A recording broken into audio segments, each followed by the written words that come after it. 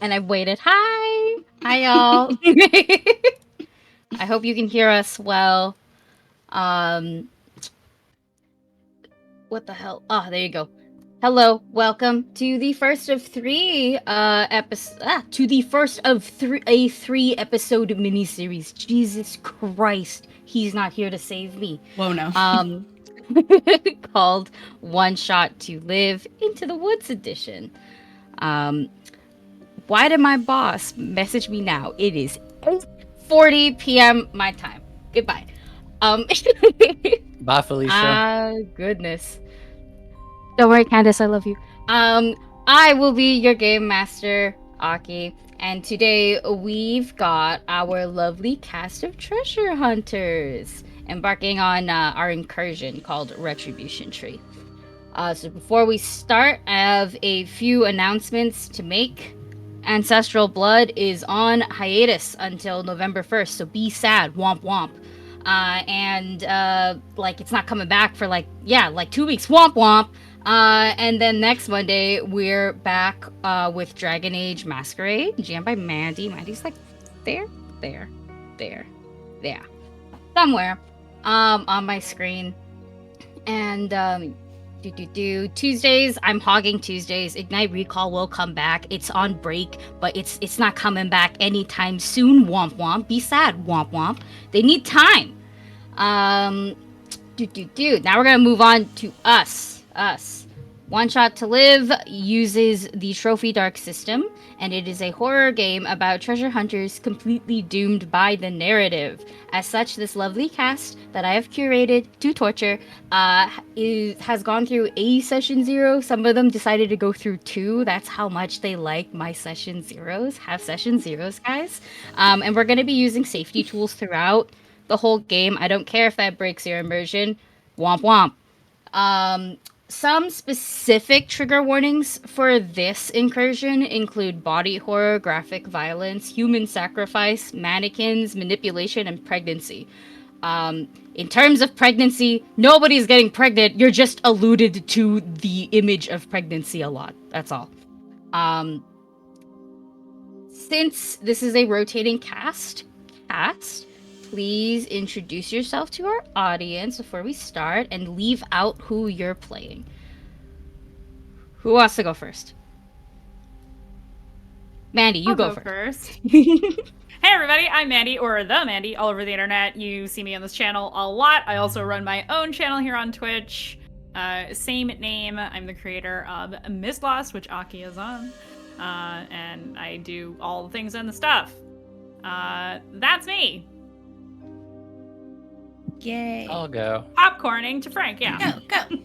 I am Frank, also known as Mirhi, though usually just Frank. I have been running games and playing in games on this channel, Magi RPG, for many years now. Since before we actually changed it to Magi RPG, I run a show called Ignite Recall on Tuesdays, and I love Forged in the Dark systems like this one. Even though it's technically not Forged in the Dark, it basically is. It's so much fun. And you can just find me on all the socials, either at FFMiri or at Mirhi, depending on where. I've got squatters out there. But excited to play with everyone. It's going to be fun. Yeah. I'm Witty, known as WittleGoblin on basically every platform. I'm a Twitch and YouTube partner. I do hobby stuff as well as TTRPG stuff, and a game designer as well. It's been a hot sec since I've been in a Magi game. It's been since Rock and Roleplay, so it's so exciting to be here. I missed you guys. We missed you too. Yay. Also, the lovely Usul Bard or Bijan is doing our tech stuff. So He's God. We thank you. He's He's God. God. I'm He's God. the voice of God. He's the voice of God. Yeah, God adjacent. Yeah, shouldn't Demigod. fluff up his ego that much right now. Exactly. He's God. But we've done all of this, we've done all of that, went through safety, so I think we're ready to officially start. I'm going to monologue for a little bit.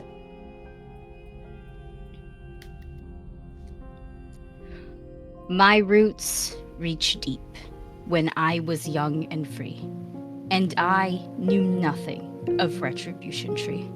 My stem grew straight while jealous eyes were watching me as I heard rumors of Retribution Tree.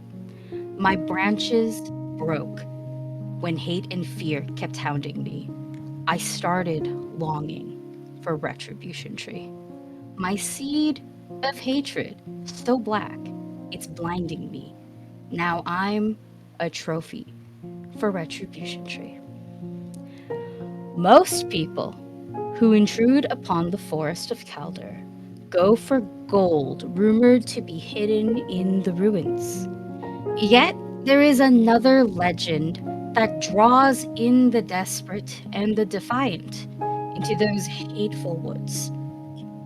The tale of the Retribution Tree. An enormous old tree that knows the helpless hate in your heart and will grant you retribution if your desire is cruel and deep enough. So is it?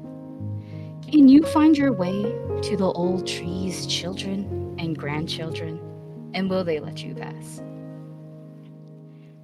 On the edge of the forest, young trees bear light green leaves. Their bark is smooth and has never shed. Occasionally, a treasure hunter might glimpse a human shaped bundle of leaves hanging from a branch, sometimes adorned with a token they all appear recently made. You three find yourselves walking through these very woods. There is light that you can see kind of streaking in from these trees, only to be blocked by said bundles. And when you see said bundles, you know you are on the correct path, the path that you seek. We're gonna go in the order that's on the character keeper. So, Frank, why don't you tell us what you look like, who you are, and what? How you feeling? How you feeling? Well, I look like a elegant, noble person of good and decent birth, better than the plebeians who enter these woods with me, surely. I have struck out to meet my destiny once and for all, as greatness waits for no one and is only seized by those who take it.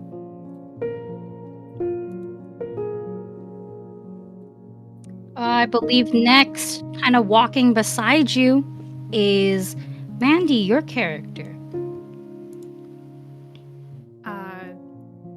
Sybil is kind of trudging along a bit carelessly, boots crunching in the leaves, wearing dirty, scraggly clothing, messy hair, all manner of scars and freckles all over their skin, and vine-like tattoos creeping up the side of their neck and onto their face. They've got what looks like might have been makeup at some point. It's just smudges that have been left there for gods know how many days, and slightly pointed ears, but not quite Fae-like. You wonder if it's some kind of glamour. And this strange little scrawny thing is carrying like a gnarled walking stick. It doesn't look arcane in nature or anything like that, but just looking around, curious at everything in the woods here. I think that leaves with the last person on the edge of your path here, Witty. Yes, so Valen is a mid to late 40s man in a dirty, ill-fitting priest's robe who is walking, not really looking at anything beside him, not really, considering his companions too much, just very stalwart, just headed forward. As you all walk, have you all been chatting at all, or do you just walk in kind of this knowing silence that you are all kind of searching for the same thing? Valen, could you carry my bags, please? Are you tired already? I worry for you, my friend, but I mean, why not? I'm an able-bodied man. That's a good lad.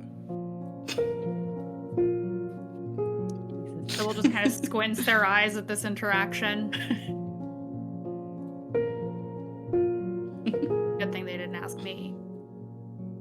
Oh, I'm sorry. Did you want?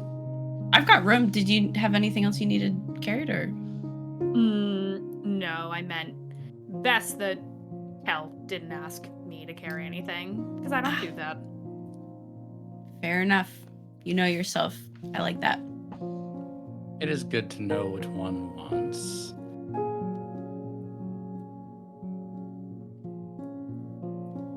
Yeah, Well, a place like I this will make certainly you do. consider it. You'd best consider it if you reach the tree. All things are being considered and will be considered. And as you Iris. ponder your considerment, your narrow path kind of leads you all to this small clearing surrounded by straight adolescent trees. It's very peaceful here. It's very beautiful. There's beauty in Calder. There's beauty in its forests. It is just few and far many in between, and you have stumbled upon perhaps a good omen. The birds sing sweetly. Even the trees, the wind blowing through them, sound like they are soft. And there is a smell of fresh garlic in the air. As you continue forward, you see coming in through the clearing about 50 or more corpses hang from the trees. There is no smell, but you can tell that there is a decomposition of somewhat. There is a slight scent of death, but that fresh garlic do something else for you. Which one of you? Let me actually double check your skills here. We got plants. We got spirits and death. We got omens. All right, yeah, all three of you could essentially spot this, a sign that kind of hangs over each body. Some fallen, some eroded through time. But if you care to read one, it says, "For the crimes committed by the 7th Cavalry Regiment, justice has been served." Question for each of you. What were these misdeeds that this cavalry has committed? They've committed countless of them. But how did these deeds directly affect you? I think they were witch hunters. Witch hunters. At least some of them. And as a hedge witch, I hate people like that.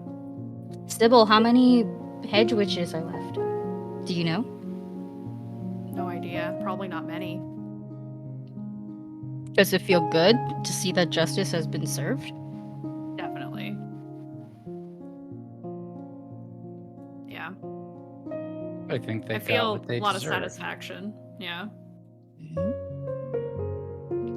Not my place to judge or pass any judgment. Is that reserved for God? Unfortunately. Unfortunately, you say. Oh, yeah, I mean, yeah.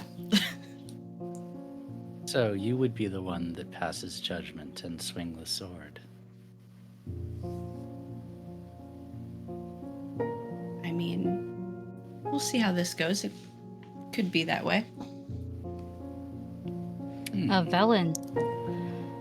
You know that these guys are absolute rat bastards. Many crimes. Underlined, bolded, italicized. What's one crime that they've committed that you know of? That maybe you heard of and it disturbed you a little bit more than the many others? Can also be the same. You could just be like, damn, those witches. I think for me, I think that they were witch hunters, but they were particularly cruel. and I heard a story of how a small coven of witches was especially viciously dispatched, and was very disturbed by that.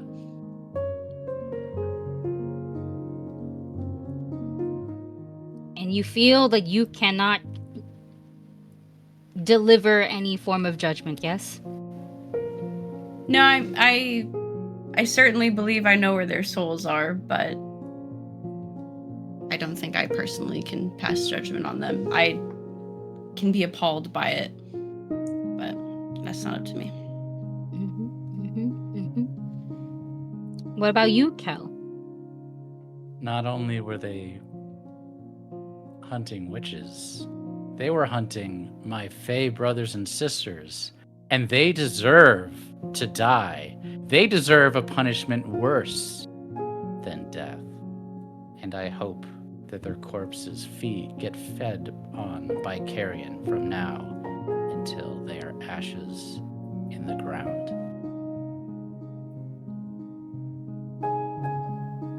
You watch these corpses barely dangling in the wind. Once again, the wind is very soft.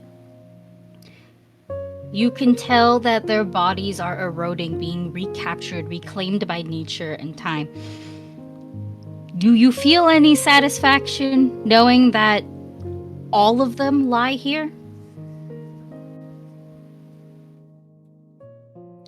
I do. Absolutely. Velen, satisfaction, Velen? Or just gonna keep it to yourself?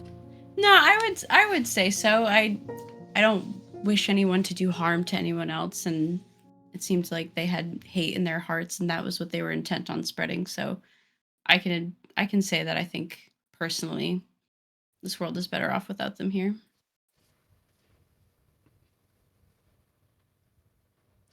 You continue. This was just nothing but a fun little detour. The forest is still maintains its pleasantness, almost. But slowly you begin to notice broken branches and old leaves that did not come from any nearby tree. The leaves look different. The branches are a different color. It's almost if everything is light green, this is muddy and brown and perhaps even like a black. You hear moans and rustling.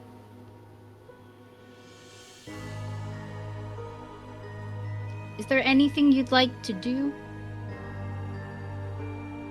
Continue to avoid it? I would want to look and see if we can see the source of the sound.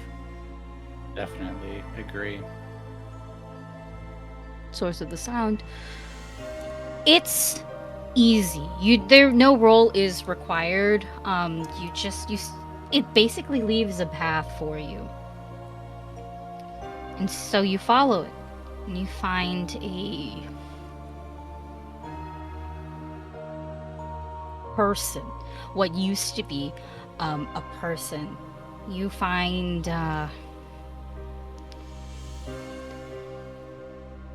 something has rendered this individual into a thicket of tangled brambles which mix not seamlessly with his skin, almost as if cutting against it, as if trying to get away from it, but it can't because it's stuck. The closer you get, you begin to notice the cuts in the skin, what kind of appears to be, you expect red blood, but it looks purplish, actually, almost like blackberry juice. When he turns to face you, from his mouth, branches kind of form out. I would say nicely, but is there anything nice about that kind of visual? They flow out sort of as if they were trying to bind through the rest of his head, like they are a tied gag of sorts, but it's a little hard to tie something when it starts within you. His eyes are soulless. but there is so much energy coming from this man. Is it a I'm going. spirit? Here's where I'm going to allow you guys to make a roll to see if you know the name of this individual. I will allow any skill, no dark die needed, so it would just be a 1 light die roll. Oh gosh. Mhm. Unlight. This is a no stakes in the game, so you don't have to worry about ruin, dark die, nothing. It really is just. Do you know this guy's name? Sure. Okay, well, let's I do rolled a that. 1. Oh my can't- gosh, Velen, you don't know shit. That's a wolf. That's a creature. I hit roll and nothing happened. I must have done something wrong. Oh, I did. Yeah, same. I also Mhm. did something. You have to wrong. hit add. Yeah, I got Yes. it. Yeah. It's like your standard I little guess dice I roller. know. I guess I know this person's name. What did I you rolled get? a 6. A 6. Rolled a 6. Ooh, Oh. powerful. And I think Randy got a 3. I did. I got a 3.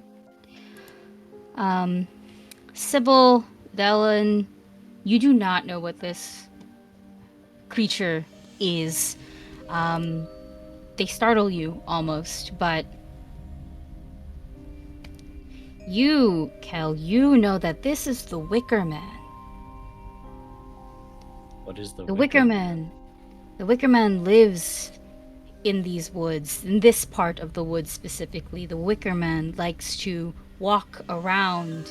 The Wicker Man is always tied to the Retribution Tree, as that is what sprouts from him. He is not the Retribution Tree, he is simply a trophy.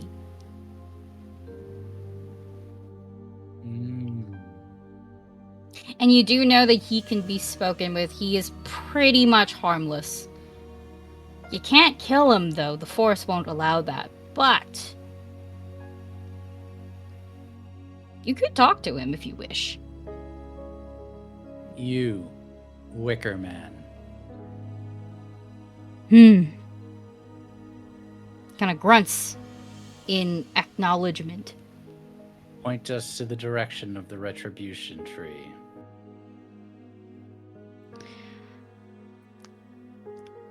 He tries to shake his head, but the branches that grow from his mouth also seem to hold onto his neck. There is a lack of mobility here. He Is his mumbles. Go ahead, Oh, sorry. sorry, go ahead. No, you finish. No, go ahead. I was gonna say he mumbles, but his words are always very slurred, very much like his mouth is full. But when you mention Retribution Tree, it's like the wind rattles the trees, and therefore it rattles him. He points in a direction, but there is a word that he tries to mumble, and if you hear it, you listen to it maybe 3, 4, 5 times, you hear hate get pushed out of him.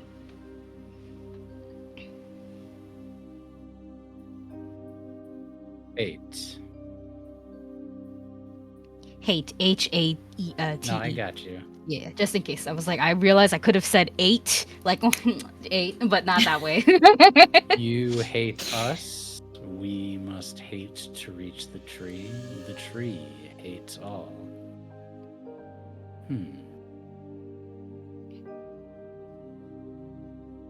Also, hi, Raiders. Boop, boop, boop. Hi. Narrators. This creature is tied to the forest. But can we trust anything born of this place? I was going to ask if I should put the poor thing out of its misery. I don't think the forest will allow us to do that. Probably not. Fair enough. If you have a When- mind to it, though, you could test that theory. Velen, when you suggest to put it out of its misery. It lurches forward a little bit. You see that his knees can bend, but not by much, as if something else is preventing him from doing things that he wants to do. He basically throws himself onto the floor because there is no graceful way the Wicker Man can beg you to do so.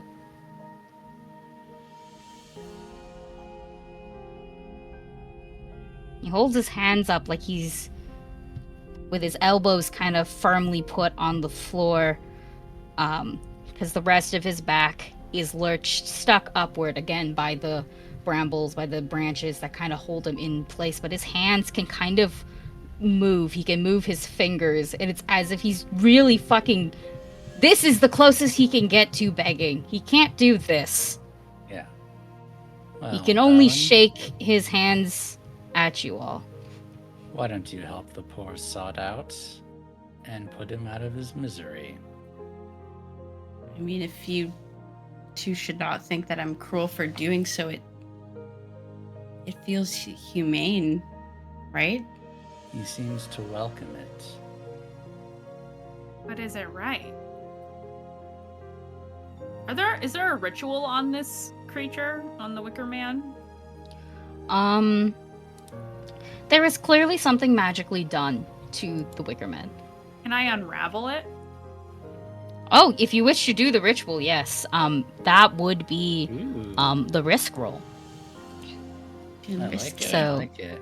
How, just in case, Alan, how we are doing this is you will get you have the ritual skill, so you're I gonna do. get a light die automatically, and because you are casting a ritual, you will also get one dark die automatically. If you would like an additional light die, I have Devil's Bargains.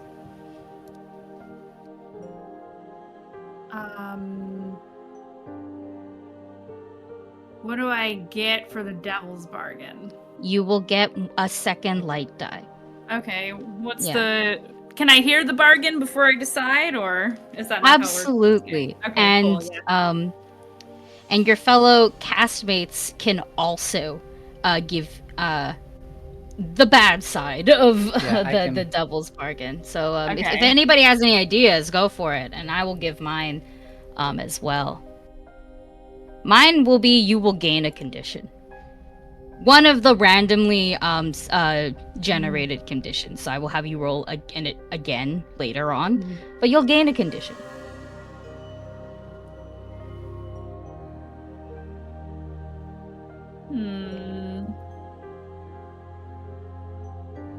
Does anybody else have a little bargain? I have, well, this might be too light of a bargain, but I would say Bring the one. forest will be very pissed off and might take early retribution for doing so. Okay. We have condition. We have the forest notices you. Witty, do you have a little Devil's Bargain? Oh man.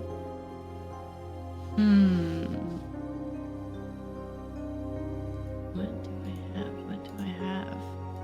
And If you don't Mandii, have for one, you, it's for okay. your what do you call it? For your information, you will only get one light die. Out of this, you can pick as many. You can pick all the conditions if you really wanted to. You would only get one out of it. I'm just letting So you know. either a random one, the forest notices me, or whatever Valen comes up with. Yeah. If they can, you can also skip. You don't have Yeah, to be you don't have forced to. to do it. Yeah. I mean, I'm pretty convinced that my soul is absolutely condemned. If I can, if I incur some harm by trying to do a kind deed, I mean, I can take all the good karma I can get. So, yeah, whatever you think, as far as the Devil's Bargain, yeah. Okay. I'm down to try. I think before I decide, I want to roleplay this out a little bit. Yeah, go Sybil ahead. looks to Valen because they see the Wicker Man basically begging. You could put it out of its misery, but I'm wondering if I can't just undo what has been done to him. Does that hold risk to you to do so? Wow. No risk without reward, right? What is your reward for helping this creature? Perhaps he will give me a boon. I've had such things from stranger creatures. Or perhaps Sybil just has Interesting. goodness in their heart. Well, it is quite sad to see him struggle. And if he doesn't have myself- to die, maybe it's better if he doesn't. Although I do have to ask what condition he'll be in without this. Hard to know how long he's been here, how long the forest has made him live. Or what caused him to be in this state. I don't know if there is a fate that he has besides this or death, to be honest. Can I tell what his humanoid features are like, or have branches just fully taken over all recognizable features? You know, I'm gonna allow another a regular skill check, no dark die. So if you can tell me which skill you use, you can just roll one light die and see if you can or not. Because you're not imposing any risk staring at this guy.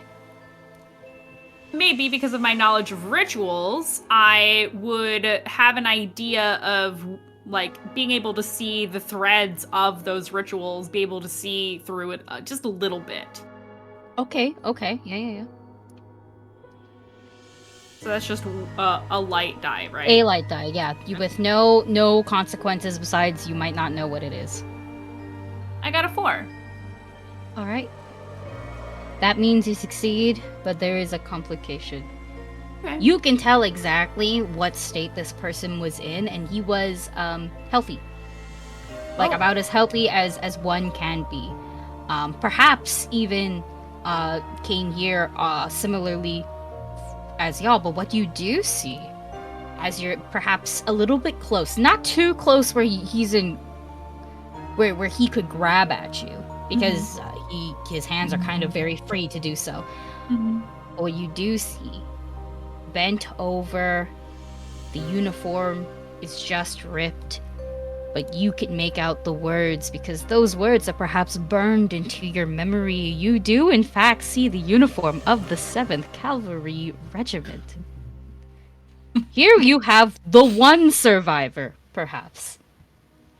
I see when I look down at this and I peer through the threads of this ritual, you see that the tattoo on my face grows and goes over my eyes, and my eyes turn black as I look into the threads.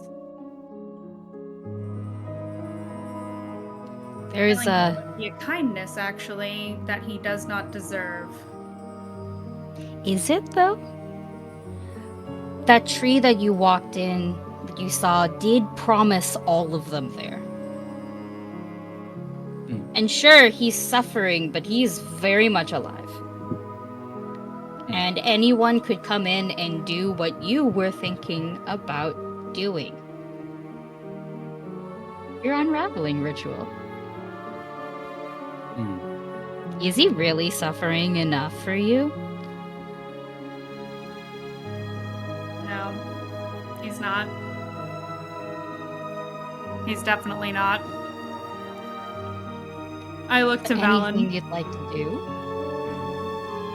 I look to Valen.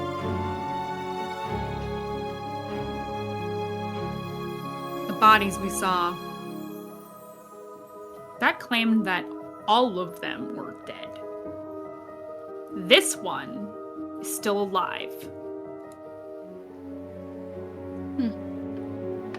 And perhaps begging for death, do you really want to do what it wants?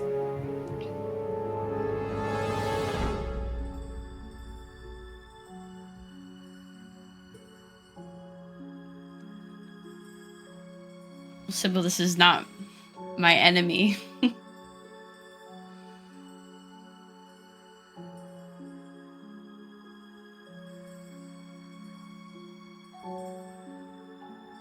You Can can always I- leave him here. Yeah, Oh, we can yes, leave. go ahead. We could leave him here. Can you revert? Can you cast a ritual but give the reversed effect? Like, can I bind the ritual on him instead of unraveling it? So,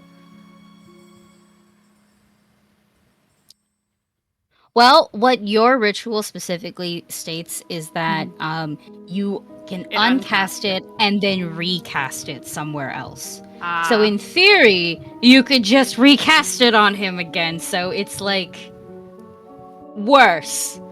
Or you can Make it worse? keep that spell for yourself I'll keep and the save it spell. for later. I'll Yeah. keep the spell. Because you can only use it once, right?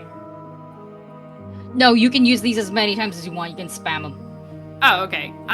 Yeah. It's just how much are you willing to risk? Because, casting a ritual costs the risk roll. Risking it means you could up your ruin. Okay. I step back because Valen doesn't agree. I don't want to be the one to spill the blood, but I also don't want him to live. I'd rather just let him suffer. Mm-hmm. Elle, I don't know how you feel about this. I think he could deserve a bit more suffering. Well, But life, perhaps even trapped life, is not suffering. I want to go up to the Wicker Man and bend down and look at his eyes. And I would like to use my compel ritual. Oh. And I would like to tell the Wicker Man, gouge your eyes out. It will be a risk roll to cast your ritual. So, let me see. You could use like any of these skills and I kind of would allow it just because of what you're doing. The Wicker Man having plants on him. I guess the only thing I wouldn't allow is silence. Yeah, silence doesn't make sense. The other ones make sense. The other ones make a Sure, lot more so sense. I will add a light die and a dark die, right? Yes, and if you'd like a devil's bargain for an additional light die, What's your I devil's have bargain? them.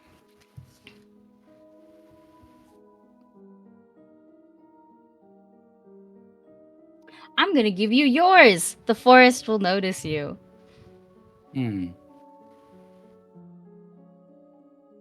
Sure. Let's spice it up. The forest will notice me.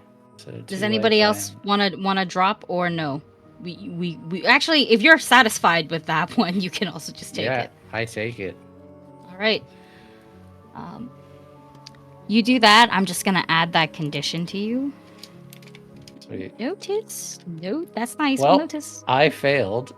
Wow, that's crazy. Ooh, wait, I can help you with that if you'd like. Let me see. I would what have did you to roll? do a reroll another dark die, right? If I want to reroll. Yes.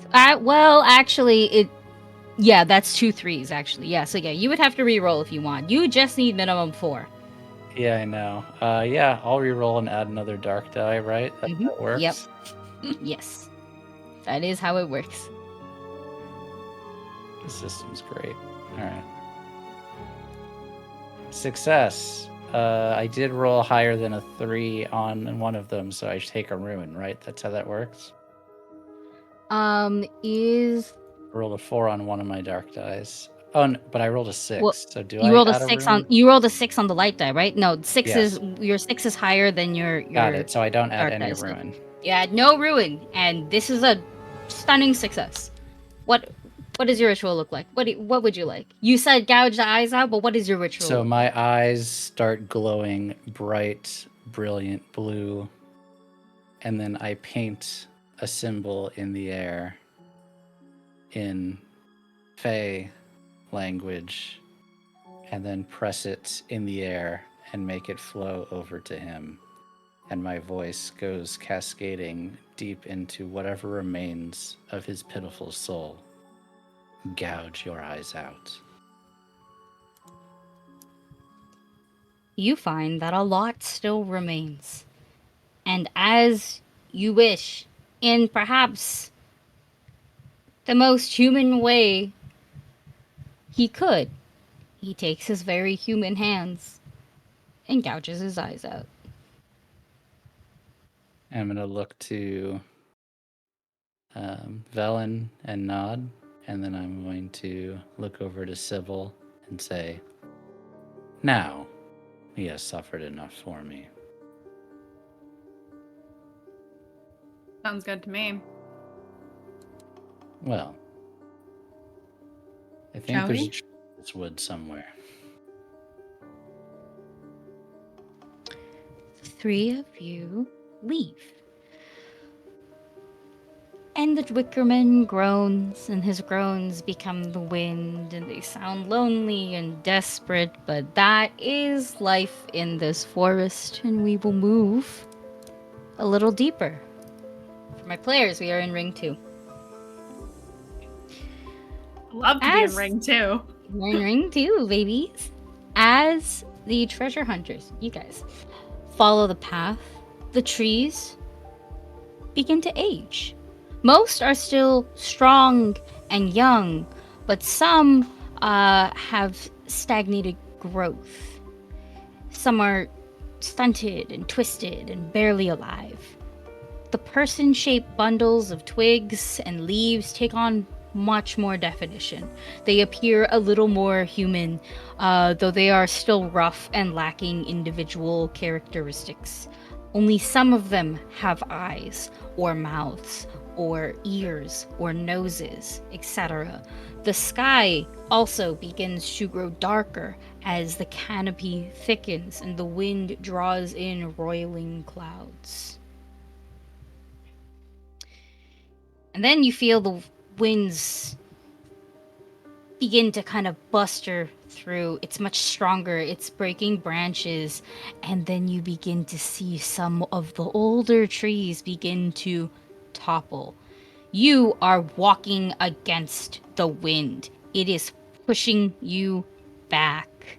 It's making things extremely difficult. Direction, orientation, just all of it. It's blinding. It kind of fucking hurts because of all of the debris messing around. What would you guys like to do?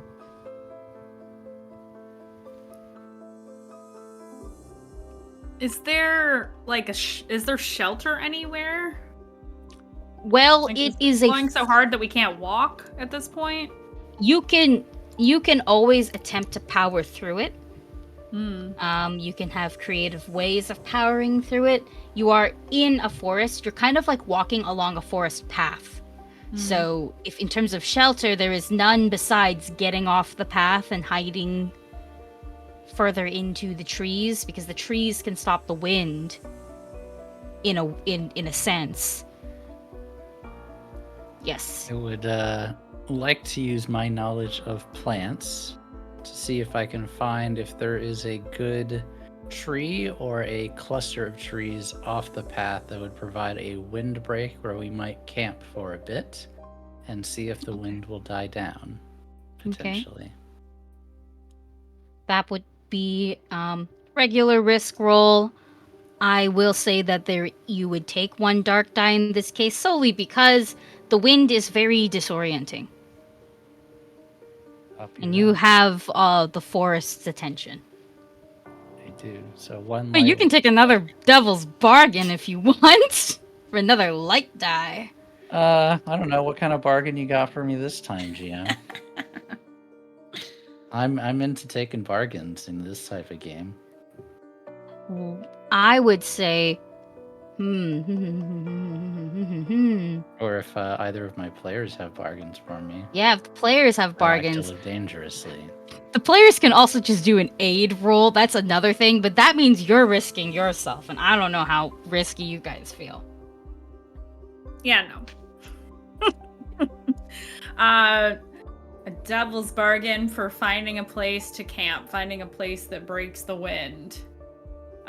We do so, but perhaps something in the woods catches your scent. Kel.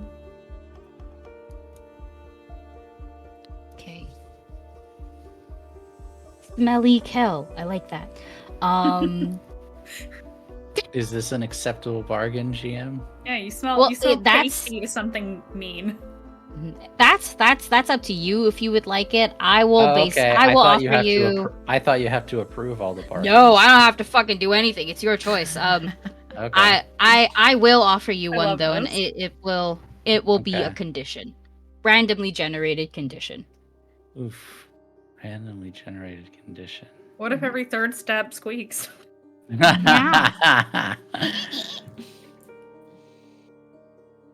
I like Mandy's bargain. Mandy's I bargain, accept. alright. You want I'm gonna put. I'm gonna rack put up all those stinky. conditions, bud. Your new condition is also now stinky because it's a scent-based one. Stinky. Hey, Hey. they didn't say that I was stinky. They said my sense. No, this is an Aki thing. Tracks Aki calls the everybody stinky. Whether they stink I or not, smell she calls very everybody stinky. fresh. Then. Can I get stinkies in chat? Thank you. Yes, Can I get some- yes. See the can I get chat some remembers. stank in All right, chat? Stinky, well, stinky, stinky. I failed, but I'm gonna Yeah. add another dark die to re-roll. Let's Leave go. it to Bichon to put stank in chat for me. Let's go. All right. So now I'm gonna roll with 2 dark die. Mm-hmm. All right, I got that succeeded face with a stick. dark die, so that means With a I will dark take die. a ruin, correct? What did? Oh. I rolled a 1, a 6 on the dark dies, and then 2s on the light dies. So I would succeed with gaining a ruin, right? Yes, you would succeed and gain a ruin. All right, I accept. That means I get to find a place without consequence other than the condition. Yes. Okay, Uh, up to 4 ruin. do. Up to 4 ruin. Yes, you are. So, what does it look like as you find your way? There is a not large clearing, but a small clearing, and the wind has kind of twisted 2 of the older trees to lean against each other, but at the angle at which they're jutting from the ground and the wind has pushed them, they're actually pretty stable, and they provide a good break to the wind in between the trunks of these very large trees.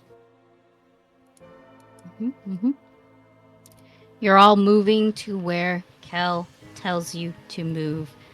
Kel, you are at the head of the pack. You are leading them to where As you a leader have found. should be. Mm-hmm.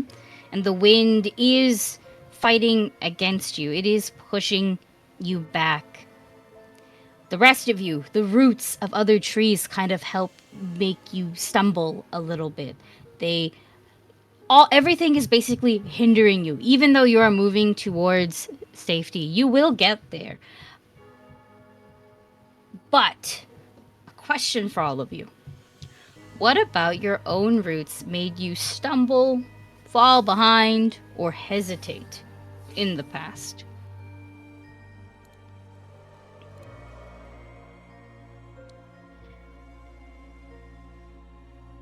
Think about it. Think I've got about one. it I was real just gonna let good. someone else talk, because I've been talking a lot. Yeah, I'm thinking about it. I had to make the hard but justified decision if I was going to leave all that I cared about behind, but in the end I decided that I would not be deprived of my destiny. But for a moment, a long moment, I doubted. And sometimes I still doubt. Is the goal I aim to achieve worth the weight of the sin that now presses down on my soul?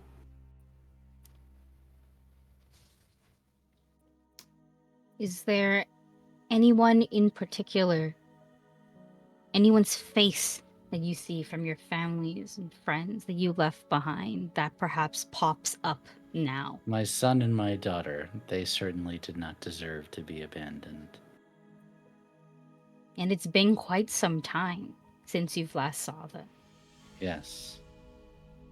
They are. A year now. Faye, you age differently. Time is not necessarily too much of a bother for you. But as you think about your kids, do you ever stop and wonder if they think about you? I do. I do wonder. And what life is like for a young one who's been abandoned by one of their parents. You get to your tree. Who else? Same question. As Valen stumbles and trips over roots, he is reminded of the period of time when he realized that the being that he fell in love with and was ready to forsake his sacred oath for was not, in fact, a celestial being or an angel, but was, in fact, demonic in nature, and realized that he had damned himself, stumbled into drunkenness, into petty crime, into a life he is very ashamed of. And as he's stumbling and tripping over roots, he is reminded of lonely, drunken walks. Do you feel ashamed of your past? Equally ashamed, and like I, at this point, deserve it.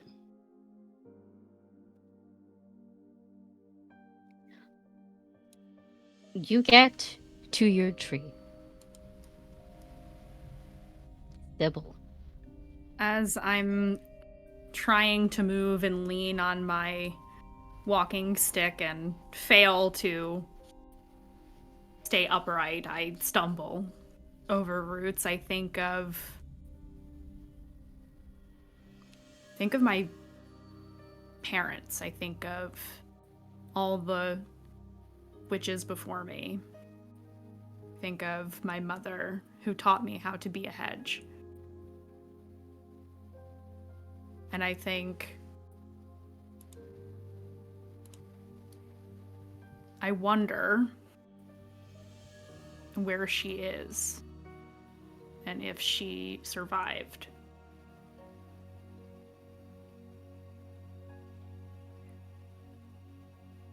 I think about everything I've sacrificed to gain the knowledge that I have as well. Fun question for you. How long has it been since you've seen any of them? Years. Everything with the soldiers who are now hanging from trees here separated us for, I don't know, 2 or 3 years now. No way of knowing where any of them are. They scattered to the wind, just like the wind we're in now. And I think a little creeping thought will crawl up, perhaps also blown in by the wind, in one ear, out the other, but you've heard it. You might be the last one left. You get to your tree. And the wind, y'all, continues to pick up. It gets stronger, but you guys have that little cubby to hide behind, and it kind of cuts out a lot of the storm. You guys are not being pelted by anything. You're actually very comfortably hidden. And you understand that you unfortunately must ride this out, whatever this is. Could be a storm, could be something strange. There is no rain or anything that you feel. It's just strong fucking wind.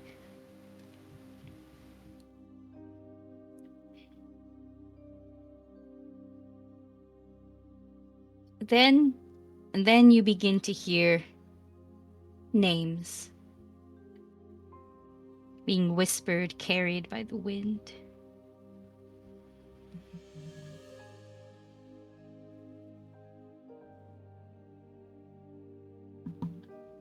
Names of anyone we recognize?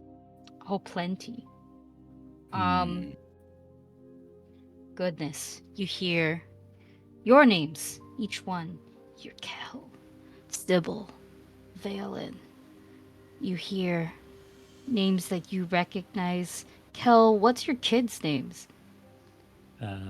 Say Jasper and Hannah. You hear them.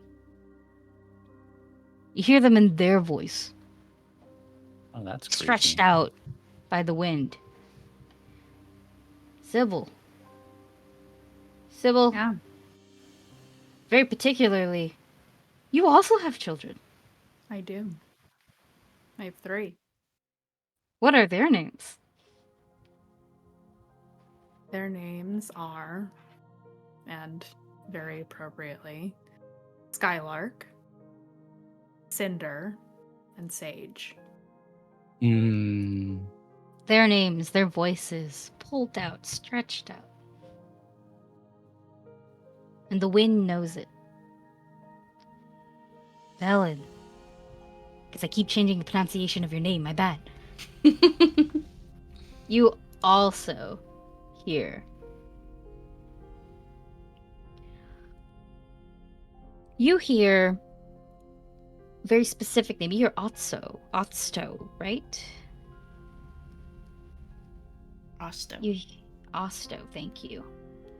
You hear it. You hear their voice. You hear their voice calling for you. That's who calls your name in the wind. For the rest of you, you hear everybody else's names, by the way, being called. You hear all these other names being called. Those were just the ones that you recognize because it's nice and specific. And this doesn't stop. It's almost like it has a Rolodex. One's done. Next. Next. Next. And it keeps on going. It goes for minutes. The minutes become extra long minutes. The extra long minutes, that's a fucking hour of just this.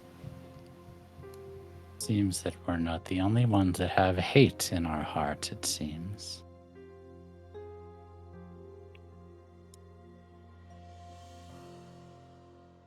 It seems not.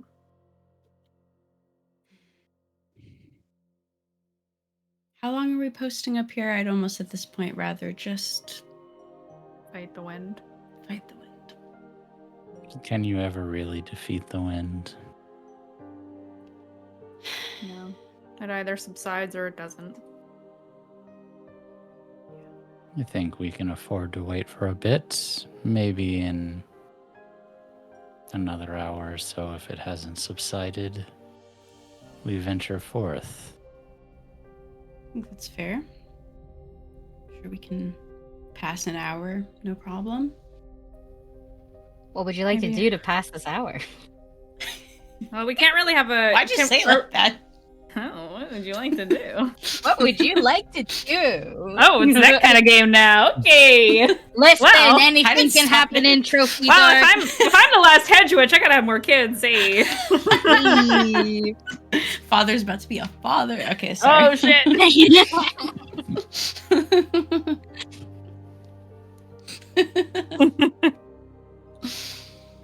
You've got an hour. You got an hour to go. You could just say you make light conversation. You could do a Yeah. bunch of Yeah. other things. If you wish, I can give you another fun question to think about. Well, I would actually try to be not so much of a dick to these fine people as they've been kind to me, and just try to understand what they'll actually do if they find what they're looking for. Well, what about you? What are you going to do? Well, take my throne. Your throne? Lofty. Yes, I've had my throne stolen from me and I need it back. Revenge. And Is this something of the Fae, I assume? Yes, I rule no human kingdom. It is my rightful place in the Fae realm, You're and a I will sovereign of take some it. kind. I was meant to be. Hmm. If only I hadn't had my heritage hidden from me. Were you a changeling, then? Child born of Fae and left with humans? Yes. But I didn't know until very recently. What about Quite you? a shock. What are you looking for? I would like to bring back my people. That's a lofty goal. Very likely that there are none of them left. Do you have power over life and death? Yet. But I will. I hope you do. I would like to see that someday. Someone that is as driven as you with that level of power. Appealing, to be honest. Well, I can certainly unravel that which has been done in terms of rituals, but I have yet to figure out a way to unravel death. But I will.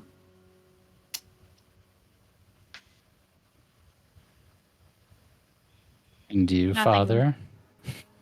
Yeah, I was gonna say nothing is beyond a hedge. It's a lofty goal, control over death. I have peered right in, and there are absolutely things waiting for us after this life, but none that I'm too sure that I want any business with anymore.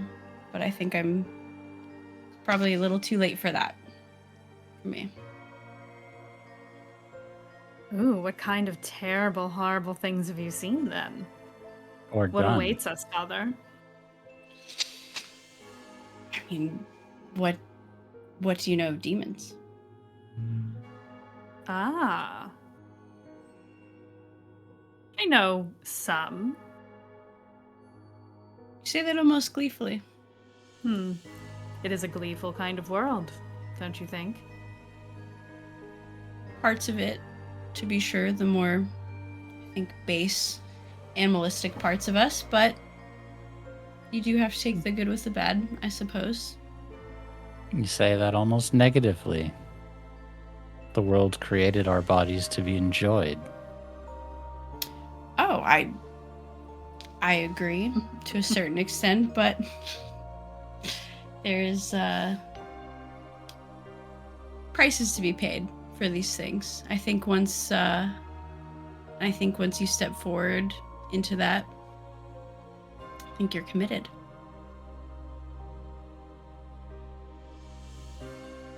Elle will look at Valen in the eyes. Nothing, no price is too high for freedom.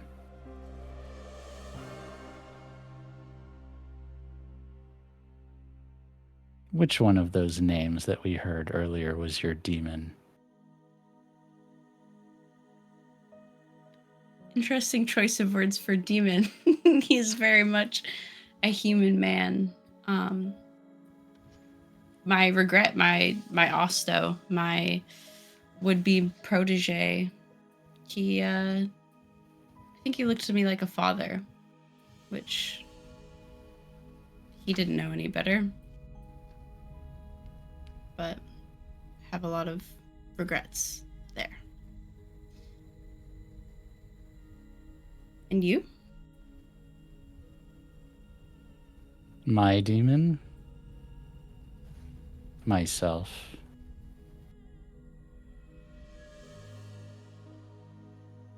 Intriguing. As I said before, nothing will deny me what's mine. So your demon is not attached to shame, is it? I have shame inside here somewhere, but I have no time for it. Shame, guilt, useless. They will only hold you back. Take what you want and let the rest of the world catch up.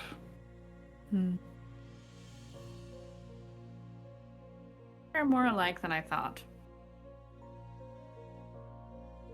You're strong of will, I can see that. I admire that. Well, I hope you get your throne at the end of it all. Hopefully it's worth it. I'll make sure my throne stays well out of your way. I would hate to be between you and what you want. Think there's any world in which you would stand in the way of that, even if you wanted to. I don't.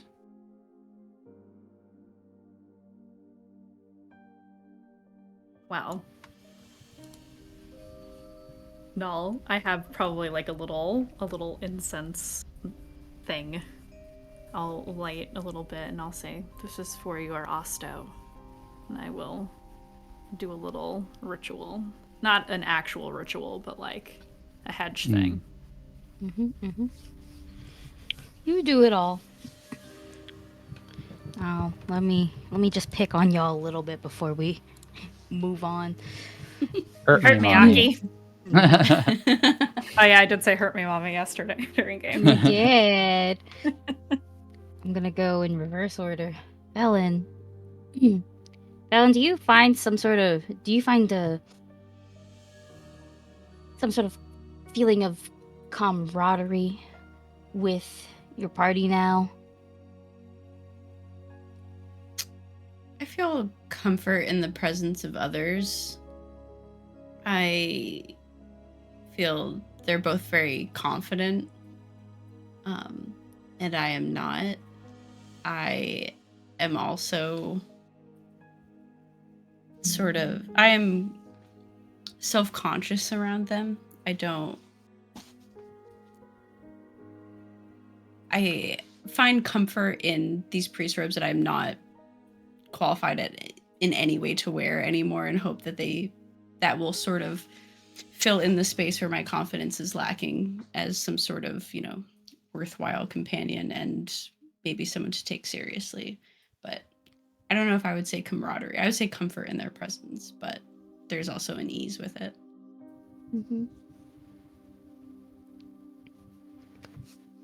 Do you think Osto would be proud of you right now? No. Do you think that these two are good influences for young Osto? No. I think Osto would see them and say, "You are exactly with the people that I would expect you to be with." Heavy. I'm gonna let you sit on that as you ride out this wind for another hour. Sybil. Yep. Sybil, you've talked a bit about your desires, your plan to unravel death, to learn how to unravel death. Have you considered the fact that there might not be a way for you to learn that? No. Where No, there's a you're will, there's a very- way. That's what magic is. And what happens when you run out of will? Haven't yet. You're very strong for the last hedge witch, aren't you?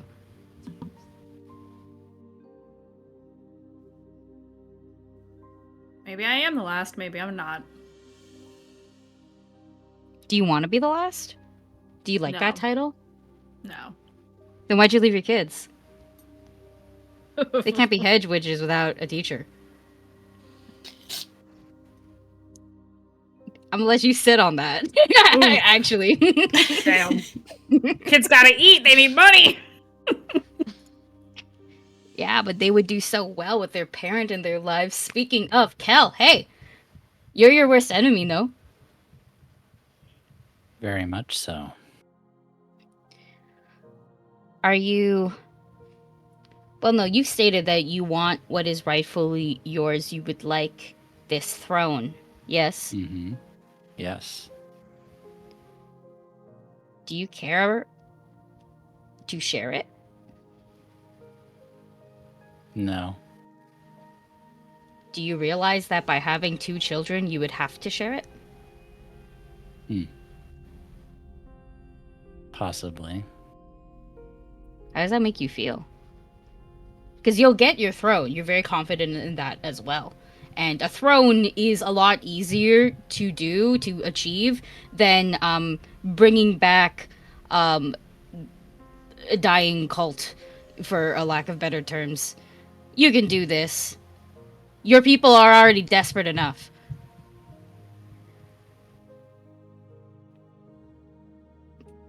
But you have to share it one day. If they're strong It's not enough actually your throne. If they're strong enough to take it from me, then they deserve it. And what if they are little Hannah and baby Jesper? That would suck. And I'm gonna let you suck for a while. Ha! Sucks to suck, bro. Bye. You have your talks. You feel things. Could be doubt, could be shame, could be comfort, could be camaraderie, could be a lot of things. And eventually the wind does become less unbearable. It does die down slowly. And you are able to continue to move. Though once you kind of peek out from it, from your little hidey hole, you see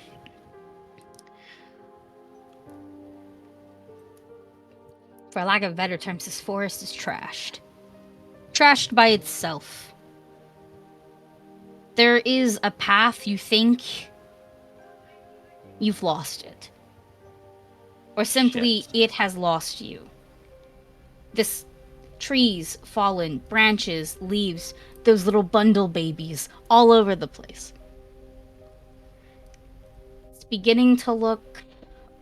I'm gonna cough 1 second. My ass is gonna say a lot like Christmas. It's beginning to look a mess.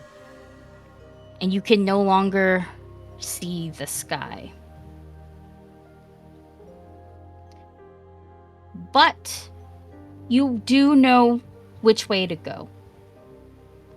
And that's because you specifically hid if you were walking straight and then to find your cover, you just like turned left.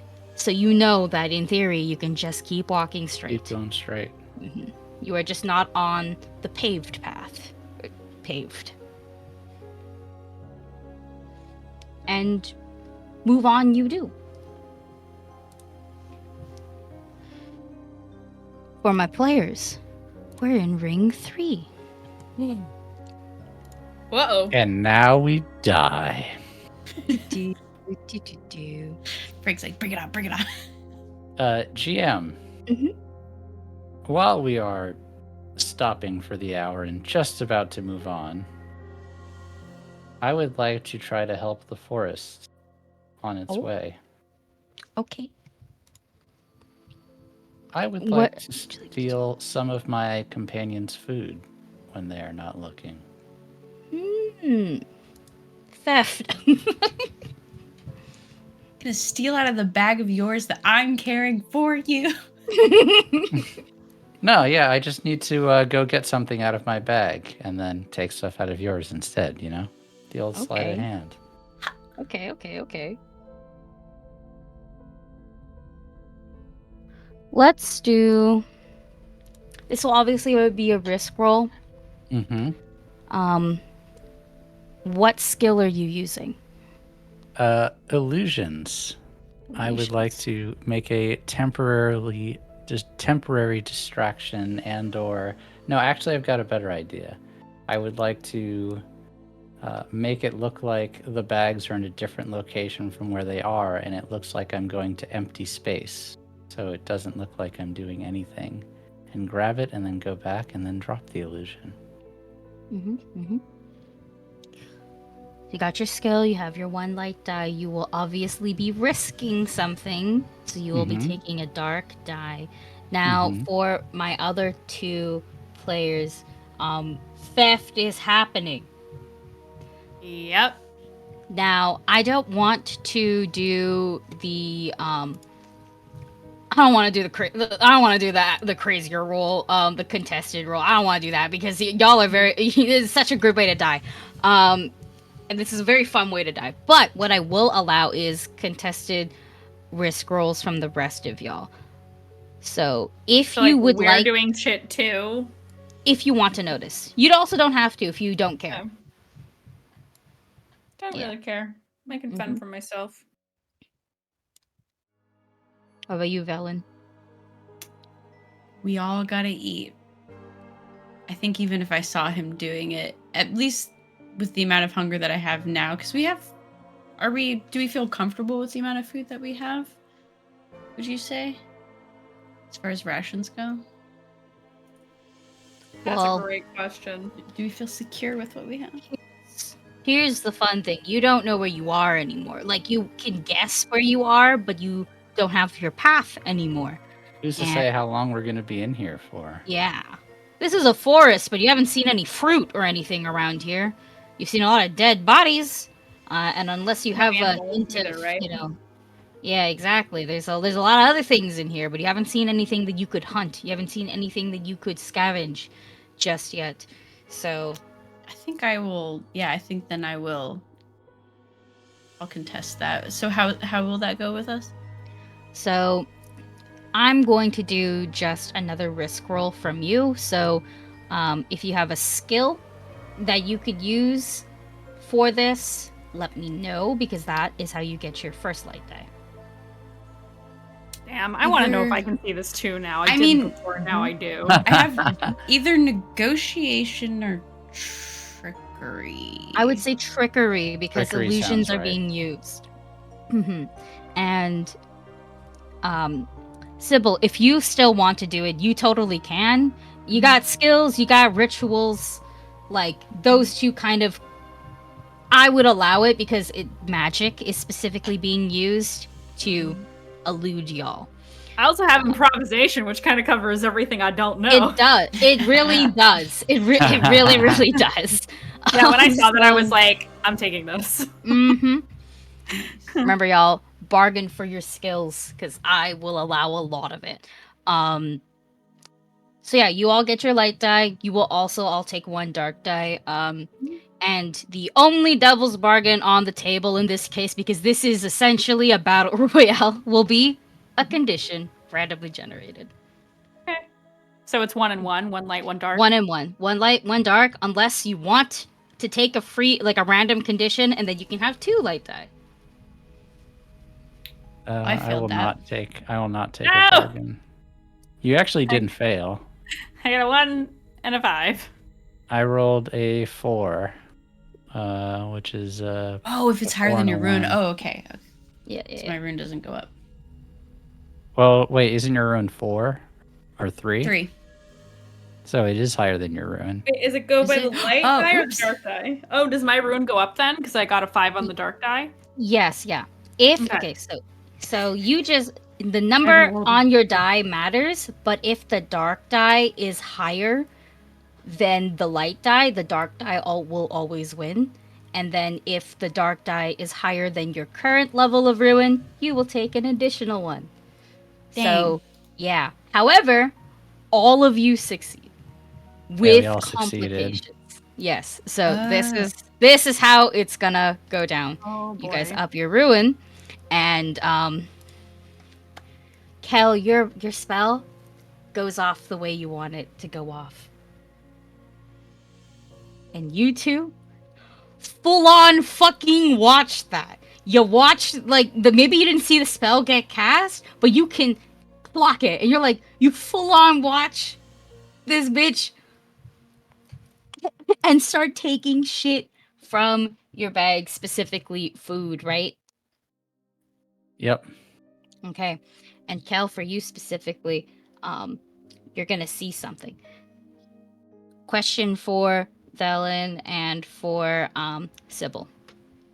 What's the one thing you brought that you don't want other people to know you brought?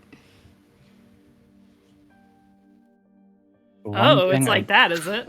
Yeah. Wait, me Um, or Sybil or Velen? Sorry, I didn't Sybil hear. and Velen specifically. Got it. Okay.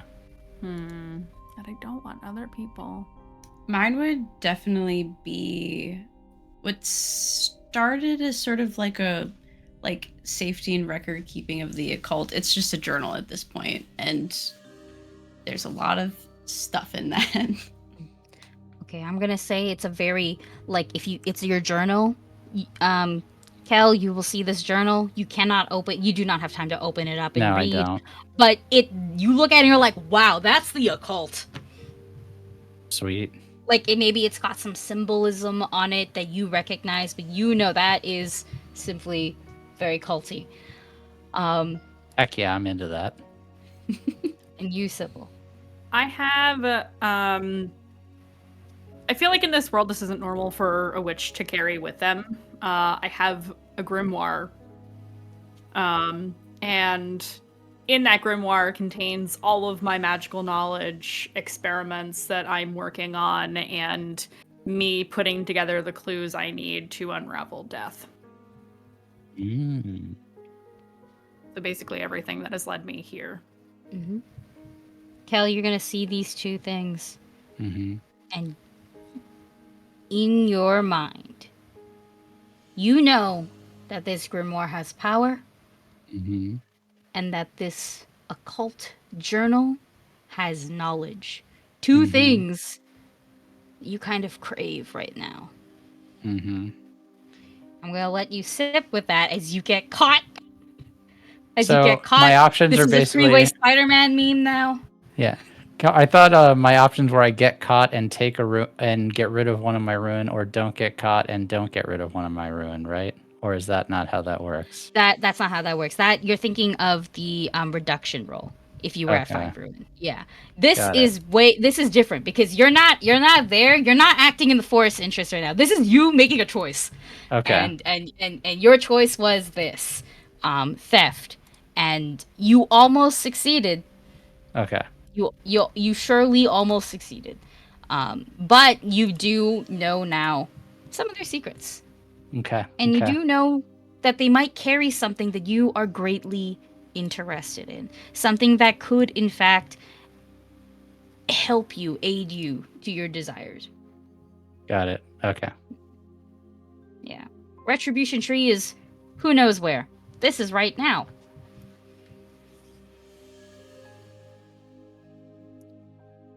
I'm just going to give a sly smile. You hungry, my friend? Always. I mean, we could absolutely stop and all have a meal together if that's what you're looking to do together. Why not? Sybil? I mean, I guess so, but do you care to explain why you decided to do this without saying anything to anyone? Brazen disregard for privacy. Any particular reason why, other than that? Or are you just bored and greedy? Well, I was bored. But it's also nice to learn something more about who I'm traveling with. You Didn't want to ask. could have just asked. Oh, I did ask, but I also wanted to see. Wow. If you think about rummaging through my things again, I will show you. Noted. Make sure to write that one down in your journal.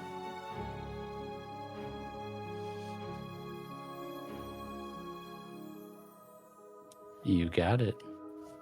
You're gonna continue on now, I believe. Yes. Little bit tense up in here. What a great way. Am I helping you, GM? Am I helping?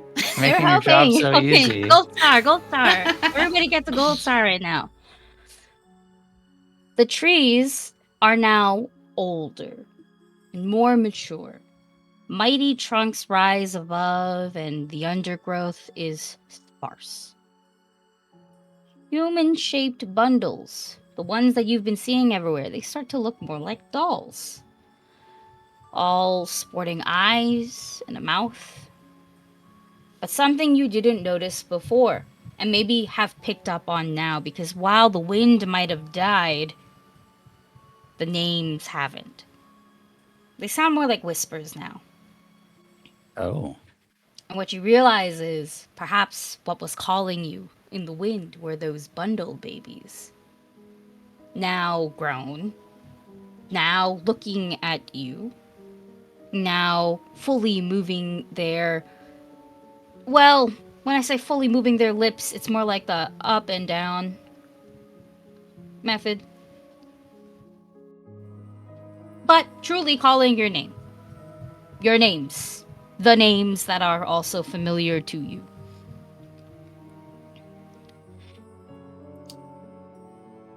Well, I guess it won't be quieter now that the wind's not as intense. Just wanted a nice stroll through the woods on our way to Retribution. Just glad you guys can hear it too. Well, Would if be we're going crazy, we're strange going if- crazy together.